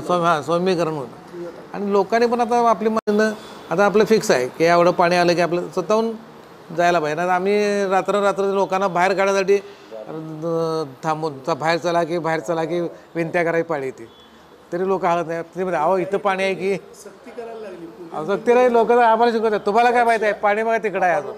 वरून शिव्या तुमच्यासाठी तर आलो वरून शिव्या नाही आमचं आम्ही मरू जावा अशी पण भाषा करतात. त्यामुळे लोकांनी पण त्याच्यामध्ये सहकार्य करायला पाहिजे. आपण आणि आपत्ती म्हणून एक विचार करून आपण त्यातनं पुढे जायला पाहिजे याच्यामध्ये. कारण हे काय शेवटी पूर 100% थांबणार आहे, शेवटी पण शहरीकरण होतच राहणार आहे. कोणी मुद्दा काढला होता की सगळ्यात जागा पाणी मुरायला जागा नाही, ही फॅक्ट आहे. प्रत्येकाला पॅसेज कॉन्क्रीट पाहिजे, गटरपर्यंत पॅसेज पाहिजे, बाजूपट्टीला गवत उगवायला नको. पूर्वी आम्ही इवन मी 97-98पर्यंत सांगतो बरं का, म्हणजे प्रतिभानगर वगैरे आम्ही बाजूपट्टी खरडून काढायसाठी म्हणून कामगार लावायचो. आमची पवडीची कामगार आणि आरोग्याची गवत कापायला. आता तशी परिस्थिती ऑलमोस्ट संपत आली आहे. सगळीकडे कट टू कट कॉन्क्रीट आणि गटर, पाणी मुरणार नाही, डायरेक्ट पाणी जाणार तुमचं ते ओढ्यातनं नाल्यातनं नदीला. त्यामुळे ठिकठिकाणी आम्ही प्लॅन केला होता. झाडासाठी पाणी मुरायसाठी एक परवा त्या तुमच्या ह्याने राजीव मगदुमने काढलं होतं ना, ते झाडांची मुळं रिकामं करायची वगैरे. असे वेगवेगळे कन्सेप्ट घेऊन आपण थोडं तरी फॅसिलिटी करायला पाहिजे. आणि इचलकरंजीमध्ये सुद्धा एक NGO आहे, त्यांनी रेन वॉटर हार्वेस्टिंगचं एक सिस्टीम डेव्हलप केली आहे. तर ते युनिट प्रोव्हाइड करतात, हार्डली किती 3-3.5 हजार रुपयाला येते. आणि ते युनिट प्रोव्हाइड केल्यानंतर ना तुमचं सगळं पाणी बरोबर फिल्टर होऊन प्रॉपर तुम्ही तुमच्या टँकला तुम्ही घेऊ शकता, ते तुम्ही रियूज करू शकता. असे काही कंपल्सरी केलं आणि टेरेसचं पाण्याचं रियूज व्हायला पाहिजे. तेवढं म्हणजे नदीत जाणारं पाणी आपण कंट्रोल थोडं केलं तरी सुद्धा एक 10-20% तरी फरक पडू शकतो असं आमचं मत आहे. आणि इथे काय नॉर्मल बाकीच्या गोष्टीप्रमाणे आम्ही काय कायम सज्जच आहे. 24 तास 24 आमचं फायर फायटिंग, वॉर्ड ऑफिसेस, आमची जे काही यंत्रणा आहे त्या उपलब्ध यंत्रणा आम्ही सक्षमतेनं काम करत होतो. तर त्याविषयी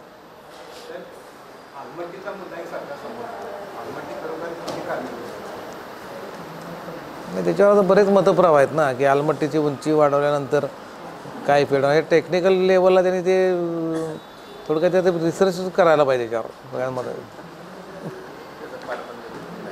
हां इरिगेशन तर एक आमचा BIN याच्यात नाही का मी केला होता कृष्णा नदी ही. आणि हा सगळ्यात महत्त्वाचा मुद्दा जो आहे ना की आपला जो पन्हाळ्याचा रस्ता झालेला आहे, रेडेडो पूर्वी कसं रेडेडो फुटला की ते पूर यायचा. आता ते आपण रस्ता झाल्यामुळे ते टोटल बांध तयार झाला आहे, त्याला क्रॉस ड्रेन करायला पाहिजे त्याचे. आणि ह्या याच्यामध्ये आपण आता प्रस्तावित केलेला आहेत ना 9 का 10 आपण त्याच्यामध्ये क्रॉस आहेत, म्हणजे शिरोलीच्या रस्त्याला पण आहेत आणि ह्या रस्त्याला पण आहेत. आणि आम्ही 2018 साली आम्ही नॅशनल हायवेला कळवलं होतं की बाबा ह्या पुराच्या ह्याच्यामध्ये असं होते, तुम्ही ते हे करून घ्या म्हणून. एक मुद्दा काय आहे सगळं घेत नाहीत लक्षात की ही नदी कृष्णा नदी आली नरसोळीवरील आणि पंचगंगा ही थोडीशी तिरकी परंतु अशी होती, त्यामुळं पाणी हे आत घेतलं जात नाही. तर मध्ये आमच्या इथून आम्ही जरा त्याला ते चॅनलाइज करायला पाहिजे. हा असा जर जरा हे केला तर ते एका वेळेला ते पाणी जाईल असा मुद्दा आमचं टोटल हैदराबादला आमची कॉन्फरन्स झाली ना, तिथं आम्ही विषय केला. त्याच्यावर सांगतो मी, जेव्हा मी बोलेन हा जो तुम्ही मुद्दा सांगितला त्याच्यावरती आपण काय करणार. प्रसाद बोलायचं तुम्ही आता. प्रसादनं पण भरपूर काम केले. सगळ्यात आधी तरुण भारतचे मी अगदी मनपूर्वक आभार व्यक्त करतो, कारण हा दरवर्षीचा एक नियम झाल्यासारखं झाला आहे की आपण पावसाळ्याची सुरुवात होण्यापूर्वी एक आपण असं राऊंड टेबल इथं ऑर्गनाईज करतो. आणि त्याचा उद्देश आपला असा असतो की प्रशासकीय यंत्रणा, त्याचबरोबर अर्बन लोकल बॉडी आणि शहरातले किंवा जिल्ह्यातले ॲक्टिव्हिस्ट जे सगळ्या संस्था आहेत, लोक आहेत, ते एकत्र येऊन काय विचार करतायत पर्टिक्युलर या विषयाचा ते आपल्याला सगळ्यांना समोर येतं. त्यात मी अजून एक वेळ आपले आभार व्यक्त करतो की यांच्यासारखे आणि यांच्यासारखे जे नागरिक आहेत, म्हणजे जे दरवर्षी या गोष्टीला त्यांनी फेस केलेलं आहे, दरवर्षी म्हणत नाही मी, पण जेव्हा जेव्हा आपल्याकडे पूर परिस्थिती निर्माण झालेली आहे तेव्हा त्या गोष्टीला फेस केलेला आहे आणि त्यांचा काय व्ह्यू आहे ते पण आपल्याला याच्यामध्ये समजतं. खरं तर आपत्ती व्यवस्थापन या विषयावरती दादा मी कंटिन्यूस महिनाभर बोलू शकतो, पण आज आपल्याकडे वेळ कमी आहे. खूप म्हणजे जेवढं वक्त्यांचं मी ऐकलं त्याच्यामध्ये आता ते माझ्या गुरुस्थानी आहेत, त्यामुळं त्यांना ऐकणं म्हणजे एक ट्रीट असते माझ्यासाठी. पाटील साहेबांनी खूप छान मुद्दे मांडले जे माझ्यासाठी आज लर्निंग होतं. म्हणजे 18,000 टन कचरा जर आपण या महिनाभरात काढत असू तर किती मोठ्या प्रमाणावरती लोक कचरा पाण्यात टाकायचं काम करतात हे आपल्याला समोर इथं दिसतं. आणि त्यातही सगळ्यात महत्त्वाचं म्हणजे कचरा, प्लास्टिक. म्हणजे त्याला खरोखर आपण भस्मासूर म्हणतोय ते काही चुकीचं नाही आहे. आणि प्लास्टिक जर आपण ह्याच्यातनं बाजूला काढला तर हे निर्माण होणारं संकट किती मोठ्या प्रमाणात कमी होणार आहे याचा आपण विचार करू शकतो. मला वाटतं निश्चित संतोष उद्या त्याला जास्त आपण हायलाईट करावं. तर थोडं आता आपण कोल्हापूर जिल्ह्याच्या भौगोलिक परिस्थितीचा जर विचार केला, मी पावसाबद्दल आपल्याला सांगू इच्छितो की सरासरी जी जिल्ह्याची आहे, वर्षात बाबा कोल्हापूर जिल्ह्यामध्ये या मान्सूनमध्ये किती पाऊस पडायला पाहिजे तर तो साधारणपणे 1739 मिलीमीटर जिल्ह्याची सरासरी आहे. एवढा साधारणपणे सामान्य पाऊस पडायला पाहिजे. आता आपण म्हणतो की सरनोबत साहेबांनी सांगितलं, म्हणजे 90चं उदाहरण तुम्ही तर त्याच्याही आधीचं 53चा पूर सांगितला, 89चं सांगितलं. मी प्रशासनात 2005ला जेव्हा आलो तेव्हा मी 25 वर्षांचा होतो. त्यावर्षी सगळ्यात मोठा पूर आपण जिल्ह्यानं अनुभवला आहे 2005. 6 लोक 6चा सांगत नाहीत कारण लोक 6चा सोयीस्कररित्या विसरलेले आहेत, कारण 6ला जे आपण काम केलं ते जगभरात बेस्ट प्रॅक्टिस म्हणून गेलेलं आहे. मग लोकांची आपली सवय आहे, जेव्हा आपल्याला थोडा त्रास झाला आहे ते लक्षात राहतं, पण प्रशासनानं जेव्हा चांगलं काम केले ते वर्ष आपल्या लक्षात राहत नाही. कालसुद्धा मी ह्याच्यामध्ये निलेवाडी आपण साहेबांसोबत दौरा केला, तिथल्याही लोकांनी सांगताना 5, 19 आणि 21 सांगितलं. तिथं आप्पा म्हणून एक वयस्क व्यक्ती होती, त्यांना मी म्हटलं तुमचा 6चा पूर लक्षात नाही आहे का? नाही साहेब 6ला आमच्याकडे आला नव्हता. म्हटलं चुकीचं सांगताय तुम्ही, थोडंसं मागं जाऊन बघा. 6लाही सेम परिस्थिती होती, पण 6ला आपण 5 इतकं नुकसान काहीच होऊ दिलेलं नव्हतं, बिकॉज वी वर प्रिपेअर. साधारणपणे आपण 19मध्ये जर बघितलं, 19मध्ये 2286 मिलीमीटर 4 महिन्यामध्ये पाऊस झालेला होता. म्हणजे सरासरीच्या जवळ 1000 मिलीमीटर पाऊस, 400 ते 500 मिलीमीटर पाऊस जास्त झालेला होता. 2020मध्ये हा तुलनेनं कमी झाला, 1649 मिलीमीटर पाऊस झालेला होता. 2021मध्ये जेव्हा आपल्याकडे पूर परिस्थिती निर्माण झाली, जेव्हा नंतर पूर परिस्थितीनंतर रेखावार साहेबांची आणि माझी चर्चा झाली, त्याही वर्षी आपल्याकडे पूर येऊनसुद्धा आपल्याकडं सरासरीपेक्षा कमी पाऊस झाला. म्हणजे 1719 मिलीमीटर पाऊस झाला आहे पूर परिस्थिती निर्माण होऊनसुद्धा. 2022मध्ये त्याच्याहीपेक्षा कमी, म्हणजे 2022मध्ये आपल्याकडे फक्त 1560 मिलीमीटर पाऊस झाला आहे. 2023मध्ये तर अगदी कमी पाऊस झाला आहे. आपल्याकडे जिल्ह्यात फक्त 1005 मिलीमीटर पाऊस झाला आहे, म्हणजे सरासरीच्या जवळजवळ 800 मिलीमीटर पाऊस कमी झाला आहे. आणि गेल्या वर्षी जर आपण उदाहरण बघितलं, गेल्या वर्षी जवळजवळ आपण पूर परिस्थितीला टच करून आलो आहे. गेल्या वर्षी आपल्याकडे 1620 मिलीमीटर पाऊस झाला, म्हणजे सरासरीपेक्षा जवळजवळ 200 मिलीमीटर कमी पाऊस झाला. आता जर आपण बघितलं तर 5, 6, 19, 21 आणि तुलनेनं गेल्या वर्षी 2024 या 5 वर्षामध्ये साधारणपणे पूर परिस्थिती निर्माण झाल्याचं आपण बघितलं. आता यांनी उदाहरण सांगितलं की 53ला आमच्या वडिलांनी पूर बघितलाय. पूर आधी येत नव्हता का? पूर येत होताच. असं जर लोक म्हणत असतील की आत्ताच हे सगळं व्हायला लागलं, it is not like that. आत्ता पूर निर्माण होतोय, आत्ता पुराकडे बघण्याचा दृष्टिकोन आपला बदललेला आहे. लोक आता जास्त जागरूक झालेले आहेत. प्रत्येकाला त्या विषयावरती बोलायचं आहे आणि प्रत्येकाला कुणाला तरी ब्लेम करायचं. किंवा आमच्याकडं का, जसं आता बोलताना यांनी विचारलं साहेब आलमट्टीबद्दल काहीतरी बोला की. आलमट्टी गेल्या 20 वर्ष मी आपत्ती व्यवस्थापनात काम करतोय, पण मी अजून स्वतः बघितलेलं नाही. आलमट्टी आपल्या राजापूरपासून साधारणपणे 224 किलोमीटरवरती आलमट्टी धरण आहे. त्याच्यापूर्वी साधारणपणे 120 किलोमीटरवरती हिप्परगी बॅराज आहे की ज्या हिप्परगी बॅराजची साठवणूक क्षमता आपल्या राधानगरी धरणा एवढी आहे. सगळ्यात जे मेन कारण आपल्याला तेव्हा जाणवलं होतं, मी त्याला 100% मी स्वतः त्याला कन्व्हिन्स नाही आहे. पण आता परिस्थिती अशी आहे की जर हिप्परगीनं पाणी अडवलं तर बेळगाव जिल्ह्यातल्या अथणी आणि चिकोडी तालुक्यामध्ये मोठ्या प्रमाणावरती पूर परिस्थिती निर्माण होते. त्यांचेही जवळजवळ 200पेक्षा जास्त गावं बाधित होतात. त्यामुळं बेळगाव जिल्ह्यालाही पाणी साठा तुम्ही सातत्यानं फ्लोईंग ठेवणं हे गरजेचंच आहे. राहिला पुढचा आलमट्टीचा विषय. आलमट्टी धरणाचं जे तिथलं मॅनेजमेंट आहे, आता गेल्या 3 वर्षामध्ये 19 नंतर काय झालेलं आहे की आलमट्टी जेव्हा पाणी अडवतं तेव्हा पाठीमागं पूर येतो, आलमट्टी जेव्हा पाणी सोडतं तेव्हा डाऊनस्ट्रीमला पूर येतो. जसं आपण इथून पाणी त्यांनी सोडावं म्हणून आंदोलन करत होतो, तसं आलमट्टीच्या पुढच्या गावांनी त्यांनी पाणी सोडू नये म्हणून आंदोलन केलेलं आहे. ह्या पण गोष्टींचा आपण विचार करायला पाहिजे, कारण डाऊनस्ट्रीमचे जवळजवळ 200 गावं त्यांचे बाधित होतात. त्यानंतर जर आपण पाऊस पडण्याचा पॅटर्न बघितला, तुम्ही 5चं उदाहरण घ्या, 6चं घ्या, 19चं घ्या, 21चं घ्या. कोल्हापूर जिल्ह्यामध्ये महत्तम पाऊस पडणारा जो कालावधी आहे तो 15 जुलै ते 15 ऑगस्ट. 2005चा पूर आला होता साहेब, 23 जुलैला आला होता. ज्याच दिवशी आपल्याकडे राज्यात 17 जिल्ह्यांमध्ये आपल्याकडे पूर परिस्थिती होती. मुंबईचा पूरही 23 जुलैलाच आलेला होता. पण मुंबईची यंत्रणा सक्षम नव्हती का? आपण असं कदाचित म्हणूया आमची कोल्हापूर महानगरपालिका सक्षम नाही. मुंबई नव्हती का? मुंबई महापालिकाही सक्षम होती, पण मुंबई महापालिकेचं जे नियोजन होतं ते एका दिवसामध्ये 370 मिलीमीटर पाऊस पडला तर आम्ही काय करायचं ह्याचं नियोजन होतं. मुंबई महापालिकेला 23 जुलैला 950 मिलीमीटर पाऊस पडला. काय करणार आहे आपली यंत्रणा? म्हणजे ज्या ठिकाणी तिप्पट पाऊस पडला त्यांचं ड्रेनेज वाहून घेऊन जाण्याची त्याच दिवशी भरतीही होती. त्यांची अशी यंत्रणा आहे की भरतीचं पाणी आत येऊ नये म्हणून त्यांनी काही ऑटोमॅटिक गेट्स केलेले आहेत, त्यातले बरेचसे गेट त्या दिवशी बंद पडले. हु इज रिस्पॉन्सिबल? त्यामुळं आपण कुठल्याही एका यंत्रणेला या सगळ्या प्रकारामध्ये ब्लेम करू शकत नाही आहे. हे टीमवर्क आहे. म्हणजे याच्यामध्ये माध्यमांचा पण रोल खूप मोठा आहे.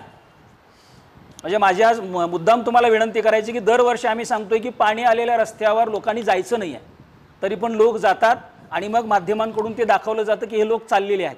आता ज्या ठिकाणी आपण बॅरियर्स लावतो, जिथं बोर्ड लावतो, ते लोक ऐकत नाहीत आणि त्यांचे कान पकडण्याचं काम तुम्ही जास्त चांगल्या पद्धतीने करू शकता. तुमचं तर लेखन म्हणजे त्यांना फटके मारणारेच असतं, तर ते व्हावं. दुसरं, आता थोडंसं सरनोबत साहेब जसं म्हणले की पूर यायचा थांबणार नाही, हे त्रिवार सत्य आहे. कारण ज्या मोठ्या प्रमाणावरती याच्यामध्ये वातावरणामध्ये बदल होत आहेत, ग्लोबल वॉर्मिंग झालेलं आहे, क्लायमेट चेंज झालेला आहे, हे बदल आपल्याला येणाऱ्या कालावधीमध्ये अजून जास्त फेस करायला लागतील. आत्ताचा जो पाऊस पडतो आहे हा पाऊस शक्तिवादळाचा परिणाम आहे. जे शक्तिवादळ आपल्या बंगालच्या उपसागरामध्ये झालेलं आहे आणि गेल्या 3 दिवसामध्ये अजून पुढचे 2 दिवस आपल्याकडे ऑरेंज अलर्ट आहे. मोठ्या प्रमाणात पाऊस दुपारनंतर पडेल, त्याला आपण फेस करायचं आहे. परत पुढच्या 20 पासून अजून एक दुसरं वादळ कदाचित इकडं अरबी समुद्रामध्ये होण्याची शक्यता आहे. त्यामुळे पुढच्याही आठवड्यात आपल्याला पाऊस फेस करायला लागेल, त्याच्यासाठी आपण तयार असलं पाहिजे. पण हा मौसमी पाऊस नाही. मौसमी पाऊस काही जरी झालं तर तो 10 जून नंतरच येणार आहे, हे सगळ्यांनी लक्षात ठेवावं. आणि त्यानंतरचा जो पाऊस येईल तो मौसमी असणार आहे, त्याला आपण तयार असणार आहे. साधारणपणे कोल्हापूर जिल्ह्यातल्या लोकांनी 15 जुलै ते 15 ऑगस्ट जास्त कॉन्शियस असायला पाहिजे. कारण गेल्या 25 वर्षाचा जरी आपण डेटा काढला तर याच एका महिन्याच्या कालावधीमध्ये आपल्याकडं सर्वाधिक पाऊस पडतो. याच कालावधीमध्ये आपल्याकडं पूर परिस्थिती निर्माण होण्याची शक्यता 99.99% असते. लोकांनी याच्यासाठी तयार राहिलं पाहिजे. आणि याच्यामध्ये सरनोबत साहेब म्हणाले, पाटील साहेब म्हणाले तसं जोपर्यंत लोकसहभाग वाढणार नाही, आपल्याकडं पुराचं टुरिझम करायचं एक सगळेच. आता कालसुद्धा साहेब निलेवाडीच्या दौरा करून जेव्हा प्रांत कार्यालयात बैठक झाली, प्रांत मॅडमने हा मुद्दा उचलून धरला की इचलकरंजीमध्ये पूर आलेल्या भागामध्ये अक्षरशः लोकांच्या लाईनी लागतात, तिथं भेळचे गाडे, पाणीपुरी, हे सगळं. म्हणजे आता कुणाचं तरी मरण आणि कुणाचा तरी फायदा. म्हणजे कुणासाठी आपत्ती, दुसऱ्यासाठी इष्ट आपत्ती. म्हणजे ह्या व्यावसायिकांसाठी ती इष्ट आपत्ती आहे. पण लोकांना जिथं यांनी सांगितलं की जे लोक बाधित होतात, माझ्या घरात पाणी आलेलं आहे आणि तिथं तुम्ही मजा बघायला येत आहे, हा सुद्धा दृष्टिकोन थोडंसं लोकांनी बदलणं अत्यंत आवश्यक आहे. पूर येणार आणि आपल्याला त्याला तयार राहिलं पाहिजे. मी पूर्ण जिल्ह्याचा आपल्याला सांगू इच्छितो की कोल्हापूर जिल्ह्यामध्ये 2019 आणि 21मध्ये नॉट ओन्ली करवीर, हातकणंगले, शिरोळ हे 3 तालुकेच नव्हे तर जवळजवळ सर्व 12 तालुक्यांमध्ये आपल्याकडे पूर परिस्थिती झालेली होती. 2019मध्ये साधारणपणे 396 गावं बाधित होती, 2021मध्ये 409 गावं बाधित होती. 2019 आणि 21मध्ये अजून एक नवीन गोष्ट आपल्या समोर आली की कोल्हापूर जिल्हा जो त्याच्यापूर्वी कधी भूस्खलनासाठी प्रवण नव्हता, तो 2019 आणि 21 नंतर भूस्खलनासाठी सुद्धा प्रवण झाल्याचं आपल्याला दिसून आलेलं आहे. जवळजवळ 86 गावांमध्ये 21मध्ये आपल्याकडे भूस्खलनाच्या घटना घडलेल्या आहेत. त्या यावर्षी घडतील असं कन्सिडर करूनच जिल्ह्यातील लोकांनी त्याच्यासाठी तयार असलं पाहिजे. अजून एक काय करायला पाहिजे, जेव्हा शासन आपल्याला सूचना देतं, 2019मध्येही आपल्याला 8 दिवस आधी इशारा मिळालेला होता. प्रत्येक यंत्रणा 8 दिवसापासून लोकांना सांगत होती की पूर निर्माण होण्याची शक्यता आहे, आपण स्थलांतरित व्हायला पाहिजे. लोकांनी ते ऐकलं नाही की जे ऐकायलाच पाहिजे. अगदी आपल्याकडचा उच्चभ्रू जो भाग आहे, नागाळा पार्क, ताराबाई पार्क, या भागातले सुपर क्लास 1 ऑफिसर जे त्या भागामध्ये अपार्टमेंट्समध्ये राहिलेले आहेत त्यांनीही आमच्या अग्निशमन विभागाला, बांधकाम विभागाला, जिल्हा प्रशासनाच्या हाकेला प्रतिसाद दिला नव्हता. आणि जेव्हा झपाट्यानं पाणी वाढलं तेव्हा सगळ्यांनी हॅवॉक निर्माण केला, आम्हाला काढा, आम्हाला काढा, आम्हाला काढा. त्यामुळं आपण 2020 पासून जे आपण कंपल्शन केले, पंचगंगा नदी पातळीनं इशारा पातळी ओलांडली की आपण लोकांनी स्थलांतरित व्हायलाच पाहिजे. बरं, आता नेलेवाडीत काल लोक सांगत होते, साहेब गेल्या वर्षी आमच्याकडे पाणी आलं नाही तरी सुद्धा तुम्ही आम्हाला बाहेर काढलं. का बाहेर काढलं? पाणी आल्यानंतर तुमचे जीव धोक्यात जाऊ नयेत, बोटीमधून कोणालाही बाहेर काढायला लागू नये आणि चालत जाऊन आपल्याला सुरक्षित स्थळी जाता यावं, हा त्याच्या पाठीमागचा उद्देश आहे. ते लोकांनी करायलाच पाहिजे. ठीक आहे. आता जो ट्रेंड चेंज होतो त्याच्याविषयी मी थोडंसं सांगतो की याच्यापूर्वी आपली प्रशासकीय यंत्रणा फक्त प्रतिसादाकडे लक्ष देतो, दॅट इज कॉल्ड रिस्पॉन्सकडे आपण जास्त लक्ष देत होतो. पण आता शासनाचा व्ह्यू बदललेला, म्हणजे याच्यापूर्वी शासन प्रतिसाद आणि पुनर्वसनावरती हजारो कोटी रुपये खर्च करायला तयार होतं, पण पूर्वतयारीवरती शासन 1 रुपया खर्च करायला तयार नव्हतं. कारण झाल्यानंतर बघूया हा जो व्ह्यू होता तो आता शासनाचा बदललेला आहे. या वर्षापासून जास्तीत जास्त निधी हा विमोचन किंवा ज्याला आपण मिटिगेशन म्हणतो, ज्याला सौम्यीकरण करणं म्हणतो, सौम्यीकरणावरती याच्यानंतर जास्तीत जास्त निधी दिला जाणार आहे. सरनोबत साहेबांनी सांगितलेला MRDP जो प्रोजेक्ट आहे, महाराष्ट्र रिझिलियन्स डेव्हलपमेंट प्रोग्राम, ज्याला आपण रिझिलियन्स, लोकांच्यामध्ये रिझिलियन्स आला पाहिजे. रिझिलियन्स म्हणजे काय? एखादा प्लास्टिकचा रबरी बॉल तुम्ही हातात घेतल्यानंतर तुम्ही त्याला दाबता, त्याचा आकार बदलतो, त्याला तुम्ही सोडल्यानंतर किती वेळात तो पूर्व आकाराला येतो, दॅट इज कॉल्ड रेझिलियन्स. म्हणजे संकट माझ्यासमोर येणार आहे, त्या संकटाला फेस करण्याची ताकद माझ्यात किती आहे. म्हणजे माझ्या घरात पाणी आलं, पाणी भरलं, 4 दिवसात पाणी गेलं, जसं यांनी सांगितलं की परत आठवडाभरात घर स्वच्छ करून परत आम्ही जगायला जे सुरुवात करतो, दॅट इज कॉल्ड रेझिलियन्स. ठीक आहे. नद्या जगभरात दुसऱ्या शहरात नाही आहेत का? आहेत. उलट मी आपल्याला असं सांगू इच्छितो की जगभरातल्या प्रगत देशांनी बाहेर असलेली नदी शहराच्या मध्ये घेतलेली आहे. तुम्ही न्यूयॉर्कचं उदाहरण घ्या, तुम्ही लंडनचं उदाहरण घ्या, व्हेनिस सिटीचं उदाहरण घ्या. या सगळ्या शहरांनी नदी बाहेर असलेली शहराच्या मध्ये घेतलेली आहे. का? तर नदी ही आपल्या विकासाचं पाया आहे आणि नदीच्या आजूबाजूलाच आपली वस्ती असली पाहिजे. पण तिथल्या सगळ्या यंत्रणा, म्हणजे नदीचं मी स्वतः बघितलेलं, मी जेव्हा लंडनला व्हिजिट केली तेव्हा मी तासाभरात नदीचं पाणी जवळजवळ 2 वेळा चढलेलं आणि उतरलेलं बघितलेलं आहे. पण ते चढलेलं असतानाही तिथल्या कुठल्याही माणसाच्या वागण्यामध्ये 1 मिनिटाचा सुद्धा बदल झालेला नव्हता. उलट आपण नशिबान आहोत की पंचगंगेच्या तीरावरती आपण वसलेलो आहोत. शहराच्या मधूनही जयंतीसारखी नदी जाते. जयंती सर, मी परत आपल्या याच्यावरती बोलतो की जर त्या नाल्याचं परत नदीमध्ये आपल्याला रूपांतर करायचं असेल तर आपल्याला लोकसहभाग हा घ्यावाच लागेल. जोपर्यंत त्याच्यामध्ये 18 टन प्लास्टिक टाकणारे लोक टाकायचं बंद करणार नाहीत तोपर्यंत आपण त्याच्यामध्ये यशस्वी होऊ शकणार. मिटिगेशनमध्ये आपण येणाऱ्या साधारणपणे वर्षभराच्या कालावधीमध्ये ज्या गोष्टी केल्यामुळं पुराची तीव्रता कमी होईल ती कामं आपण मोठ्या प्रमाणावरती हाती घेणार आहे. ज्याच्यामध्ये मग जो रस्ता किंवा जो गटर तुंबल्यामुळं लोकांच्या घरात पाणी जाणार आहे त्या गटर्स आपण चांगल्या कशा करता येतील, पाणी वहन क्षमता कशी वाढवता येईल ते करणार आहे. ज्या ठिकाणी भूस्खलन होते आणि तिथली जनता बाधित होते त्या ठिकाणचं भूस्खलन सौम्यीकरणाचं काम केल्यामुळं भूस्खलन कसं थांबणार आहे यासाठीची कामं आपण जी करणार आहे दॅट इज कॉल्ड सौम्यीकरण. येणाऱ्या कालावधीमध्ये सौम्यीकरणावरती जास्त भिस्त दिली जाणार आहे. कारण इंग्रजीमध्ये एक म्हण आहे, स्टिच इन टाईम सेव्ज 9. म्हणजे माझ्या शर्टाला एखादा खोंबारा लागला, त्याला मी पटकन जर 1 टाका घातला तर पुढचे 9 टाके माझे वाचत असतात. आणि हेच आपल्याला सौम्यीकरणाच्या माध्यमातून करायचं आहे. सौम्यीकरणामध्ये एक साधं त्यातलं तंत्र आहे की जर तुम्ही सौम्यीकरणामध्ये $1 खर्च केला तर तुमच्या आपत्तीच्या काळातले $14 वाचतात. हे जगभरात सिद्ध झालेलं आहे. त्यामुळे या सौम्यीकरणावरती आपल्याला $1 खर्च करणं जास्त आवश्यक आहे. लोकसहभाग याच्यामध्ये प्रचंड मोठ्या प्रमाणात मिळणं आवश्यक आहे. आणि सत्य परिस्थिती आहे, जेव्हा आपण लोकांना बाहेर काढायला बोट घेऊन जातो तेव्हा आपली चेष्टा करणारे लोक आहेत. म्हणजे आमच्या या प्रशासकीय सगळ्या यंत्रणांनी हे फेस केलेलं आहे. आणि असं पण लोकांच्या मनामध्ये हां अडकलो तर येणारच एक काढायला, तुम्ही जबाबदारी आहे तुमची. हे मी आंबेवाडी आणि चिखलीमध्ये हे मी स्वतः ऐकलेलं आहे. म्हणजे जोपर्यंत आपल्याकडे लोकांना जीवाची पर्वा नाही आहे ती जोपर्यंत आपण करायला सुरुवात करणार नाही तोपर्यंत हे आपल्याला धोके जास्त फेस करावे लागतील. आणि कम्युनिटीनं आपले रेझिलियंट व्हायला पाहिजे. साधारणपणे यावर्षी कोल्हापूर जिल्ह्यातल्या मिटिगेशनच्या कामांवरती आपल्याला 50 कोटी रुपये निधी मंजूर झालेला आहे. परत नव्याने आपण यावर्षी मोठ्या प्रमाणावरती प्रस्ताव देऊ. किमान या येणाऱ्या वर्षामध्ये किमान 200 ते 400 कोटी रुपये आपल्याला मिटिगेशनसाठी यावेत असा आपला शासनाकडे प्रयत्न असणार आहे आणि मिटिगेशनची कामं जेवढी आपण जास्त करू तेवढा आपल्याला रिस्पॉन्सवरती ताकद कमी खर्च करावी लागणार आहे, ते आपण करूयात. MRDPचा जो प्रोजेक्ट आहे, म्हणजे लोक जसं म्हणतात की वर्ल्ड बँकेचा प्रोजेक्ट केला म्हणजे पूर येणार नाही का, असं नाही आहे. आपण पूर थांबवणार म्हणत नाही, आपण त्याचं सौम्यीकरण करणार म्हणतो. म्हणजे पूर आल्यामुळं जर 100 घरं बाधित होत असतील, सौम्यीकरणाचं काम केल्यामुळे ही संख्या आपल्याला 20 वरती आणून ठेवायची आहे. म्हणजे 80 लोकांचं नुकसान होणार नाही, 20 लोकांचं होईल, त्याच्यावरती आपण परत पुढच्या टप्प्यात काम करू. आणि याच्यात असं आहे की आपत्ती व्यवस्थापन या विषयावरती म्हणजे बरेच लोक, साहेब आज सकाळीच आमच्या ऑफिसमधल्या नियोजनच्या शिपायानं मला विचारलं, साहेब आता तुमचं काम सुरू झालं असेल. म्हणजे त्यांना माझ्याकडे बघण्याचा दृष्टिकोन असा आहे की याला 4च महिने काम आहे.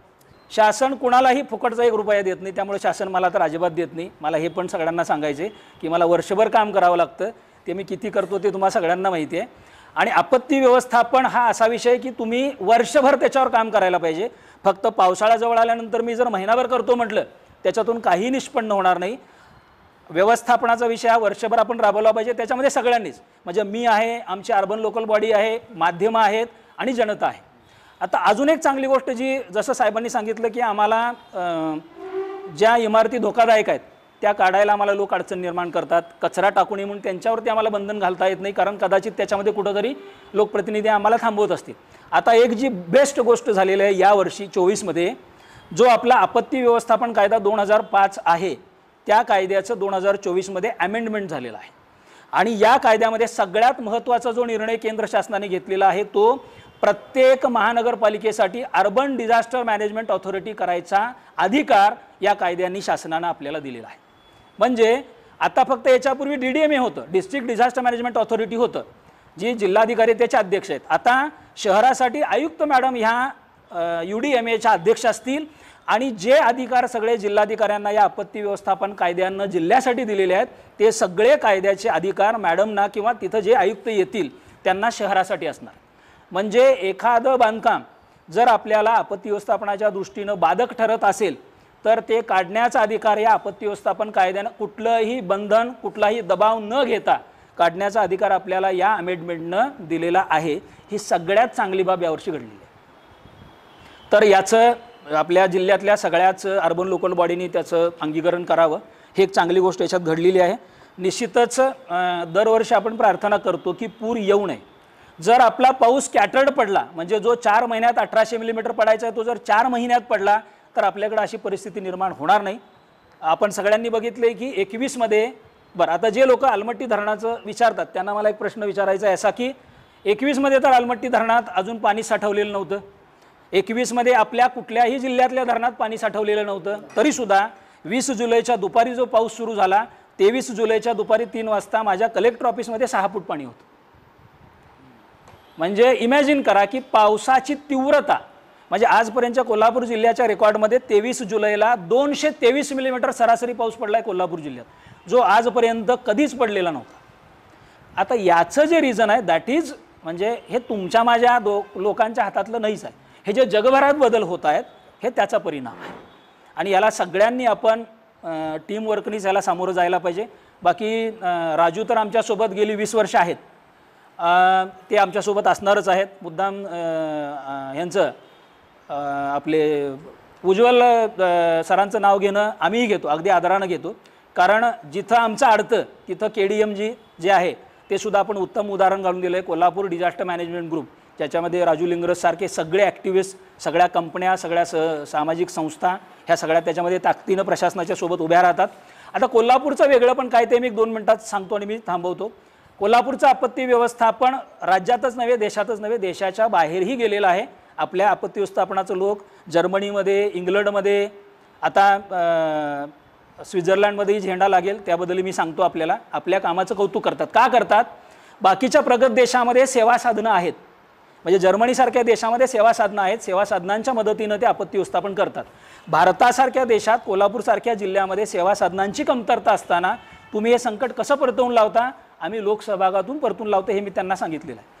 कोल्हापूर जिल्ह्यामध्ये एकमेव उदाहरण आपलं असं आहे की आपल्याकडे 2000 पेक्षा जास्त आपत्ती व्यवस्थापनात काम करणारे स्वयंसेवक आहेत.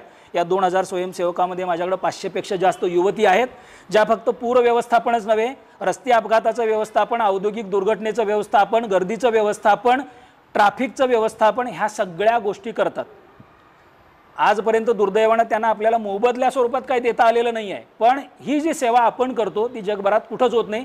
शेजारच्या सांगली जिल्ह्यामध्ये होत नाही, सातारा जिल्ह्यात होत नाही, रत्नागिरीला होत नाही, सिंधुदुर्गला होत नाही, कोल्हापूरमध्येच हे होतंय. याचा आपण अभिमान बाळगला पाहिजे. दुसरं, कोल्हापूर जिल्ह्याचं आपत्ती व्यवस्थापन आपण कम्युनिकेशनमध्ये बेस्ट आहे. म्हणजे 1077 नंबर आपण आपल्या जिल्ह्यामध्ये 100 नंबर सारखाच पॉप्युलर केलेला आहे. जिल्ह्याच्या कोपऱ्यात कुठेही ॲक्सिडेंट झाला तर लोक जसं 100 नंबरला कळवतात तसं माझ्या कंट्रोल रूममध्ये कळवतात 1077 या टोल फ्री नंबरला. दुसरं, आपण सार्वजनिक उद्घोषणाला प्रणालीचा जो प्रकल्प केला होता तो सुद्धा भारतातला पहिला होता, अजूनही पहिलाच आहे. कारण अजून दुसऱ्या कुठल्याही जिल्ह्यानं, रत्नागिरी सोडता, त्याचं अंमलबजावणी केलेली नाही आहे. या यंत्रणेच्या मदतीनं माझ्या आवाजामध्ये जवळजवळ 600 ठिकाणी लोकांना इशारा आपण देऊ शकतो की जो ऑथेंटिक आहे. म्हणजे कुठल्याही अफवांवरती विश्वास ठेवण्याची आपण गरज नाही आहे. परत आपण देशातला पहिला पब्लिक प्रायव्हेट पार्टनरशिपवरती हॅम रेडिओचा प्रोजेक्ट कोल्हापूरमध्ये केलेला आहे, ज्याच्यामध्ये अमेरिकेच्या हॅम रेडिओ संघटनेनं कोल्हापूरसाठी निधी दिला. ओनरशिप आमची आहे, पण आमचा 1ही रुपया नाही आहे त्यात. त्याचं आपण यावर्षी एक्सपान्शन केलं आहे. यावर्षी आपण शिरोळ तालुक्यातली पूरबाधित होणारी 4 महत्त्वाची गावं कोल्हापूर जिल्ह्याच्या नियंत्रण कक्षासोबत हॅम रेडिओनं जोडलेली आहेत, ज्याचा व्यत्ययविरहित अखंड संपर्क कोल्हापूर जिल्ह्याच्या नियंत्रण कक्षासोबत आणि नियंत्रण कक्षातून जगाच्या कानाकोपऱ्यात आपला राहणार आहे. नव्याने आपण यावर्षी अजून 500 व्हॉलेंटियर तयार करतोय, ज्यातले 200 व्हॉलेंटियर आता माझे रायगडला 12 दिवसाचं प्रशिक्षण घेऊन आलेले आहेत. त्यांना बोट चालवणं, अडकलेल्या लोकांना बाहेर काढणं, प्रथमोपचार देणं, लोकांना स्थलांतर ठिकाणी घेऊन जाणं, या सगळ्या गोष्टी करण्याचं प्रशिक्षण आपण त्यांना दिलेलं आहे. जसं आपल्याकडं काही कमतरता आहेत त्याच्यापेक्षा जास्त आपल्याकडं क्षमता आहेत. आपण क्षमतांकडे बघूयात, कमतरता थोड्याशा बाजूला ठेवूयात आणि इथं बसलेली प्रत्येक व्यक्ती ही आपली ताकद आहे असं आपण थोडं धरूयात डोळ्यासमोर. याही वर्षी मी कालही बैठकीमध्ये सांगताना असं सांगितलं की कुणी गाफील राहायचं कारण नाही. 30 तारखेला आमची बैठक झाली त्यावेळेस आमचे तहसीलदार म्हणतात, म्हणजे शिरोळ हातकणे करवीर सोडलं की बाकीचे वरचे आमचे पराभव होते की नाही साहेब आमच्याकडे काही प्रॉब्लेम होत नाही. त्यांना आपण हेच सांगितलं की 2019चं उदाहरण घ्या आणि तुमच्याकडे 19 सारखी परिस्थिती निर्माण होईल असंच कन्सिडर करून तयारी करा.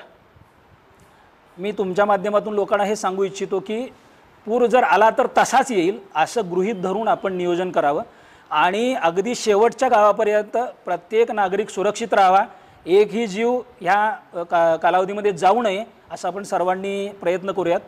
तुम्ही आज मला इथं बोलवलं, बोलण्याची संधी दिली त्याबद्दल धन्यवाद.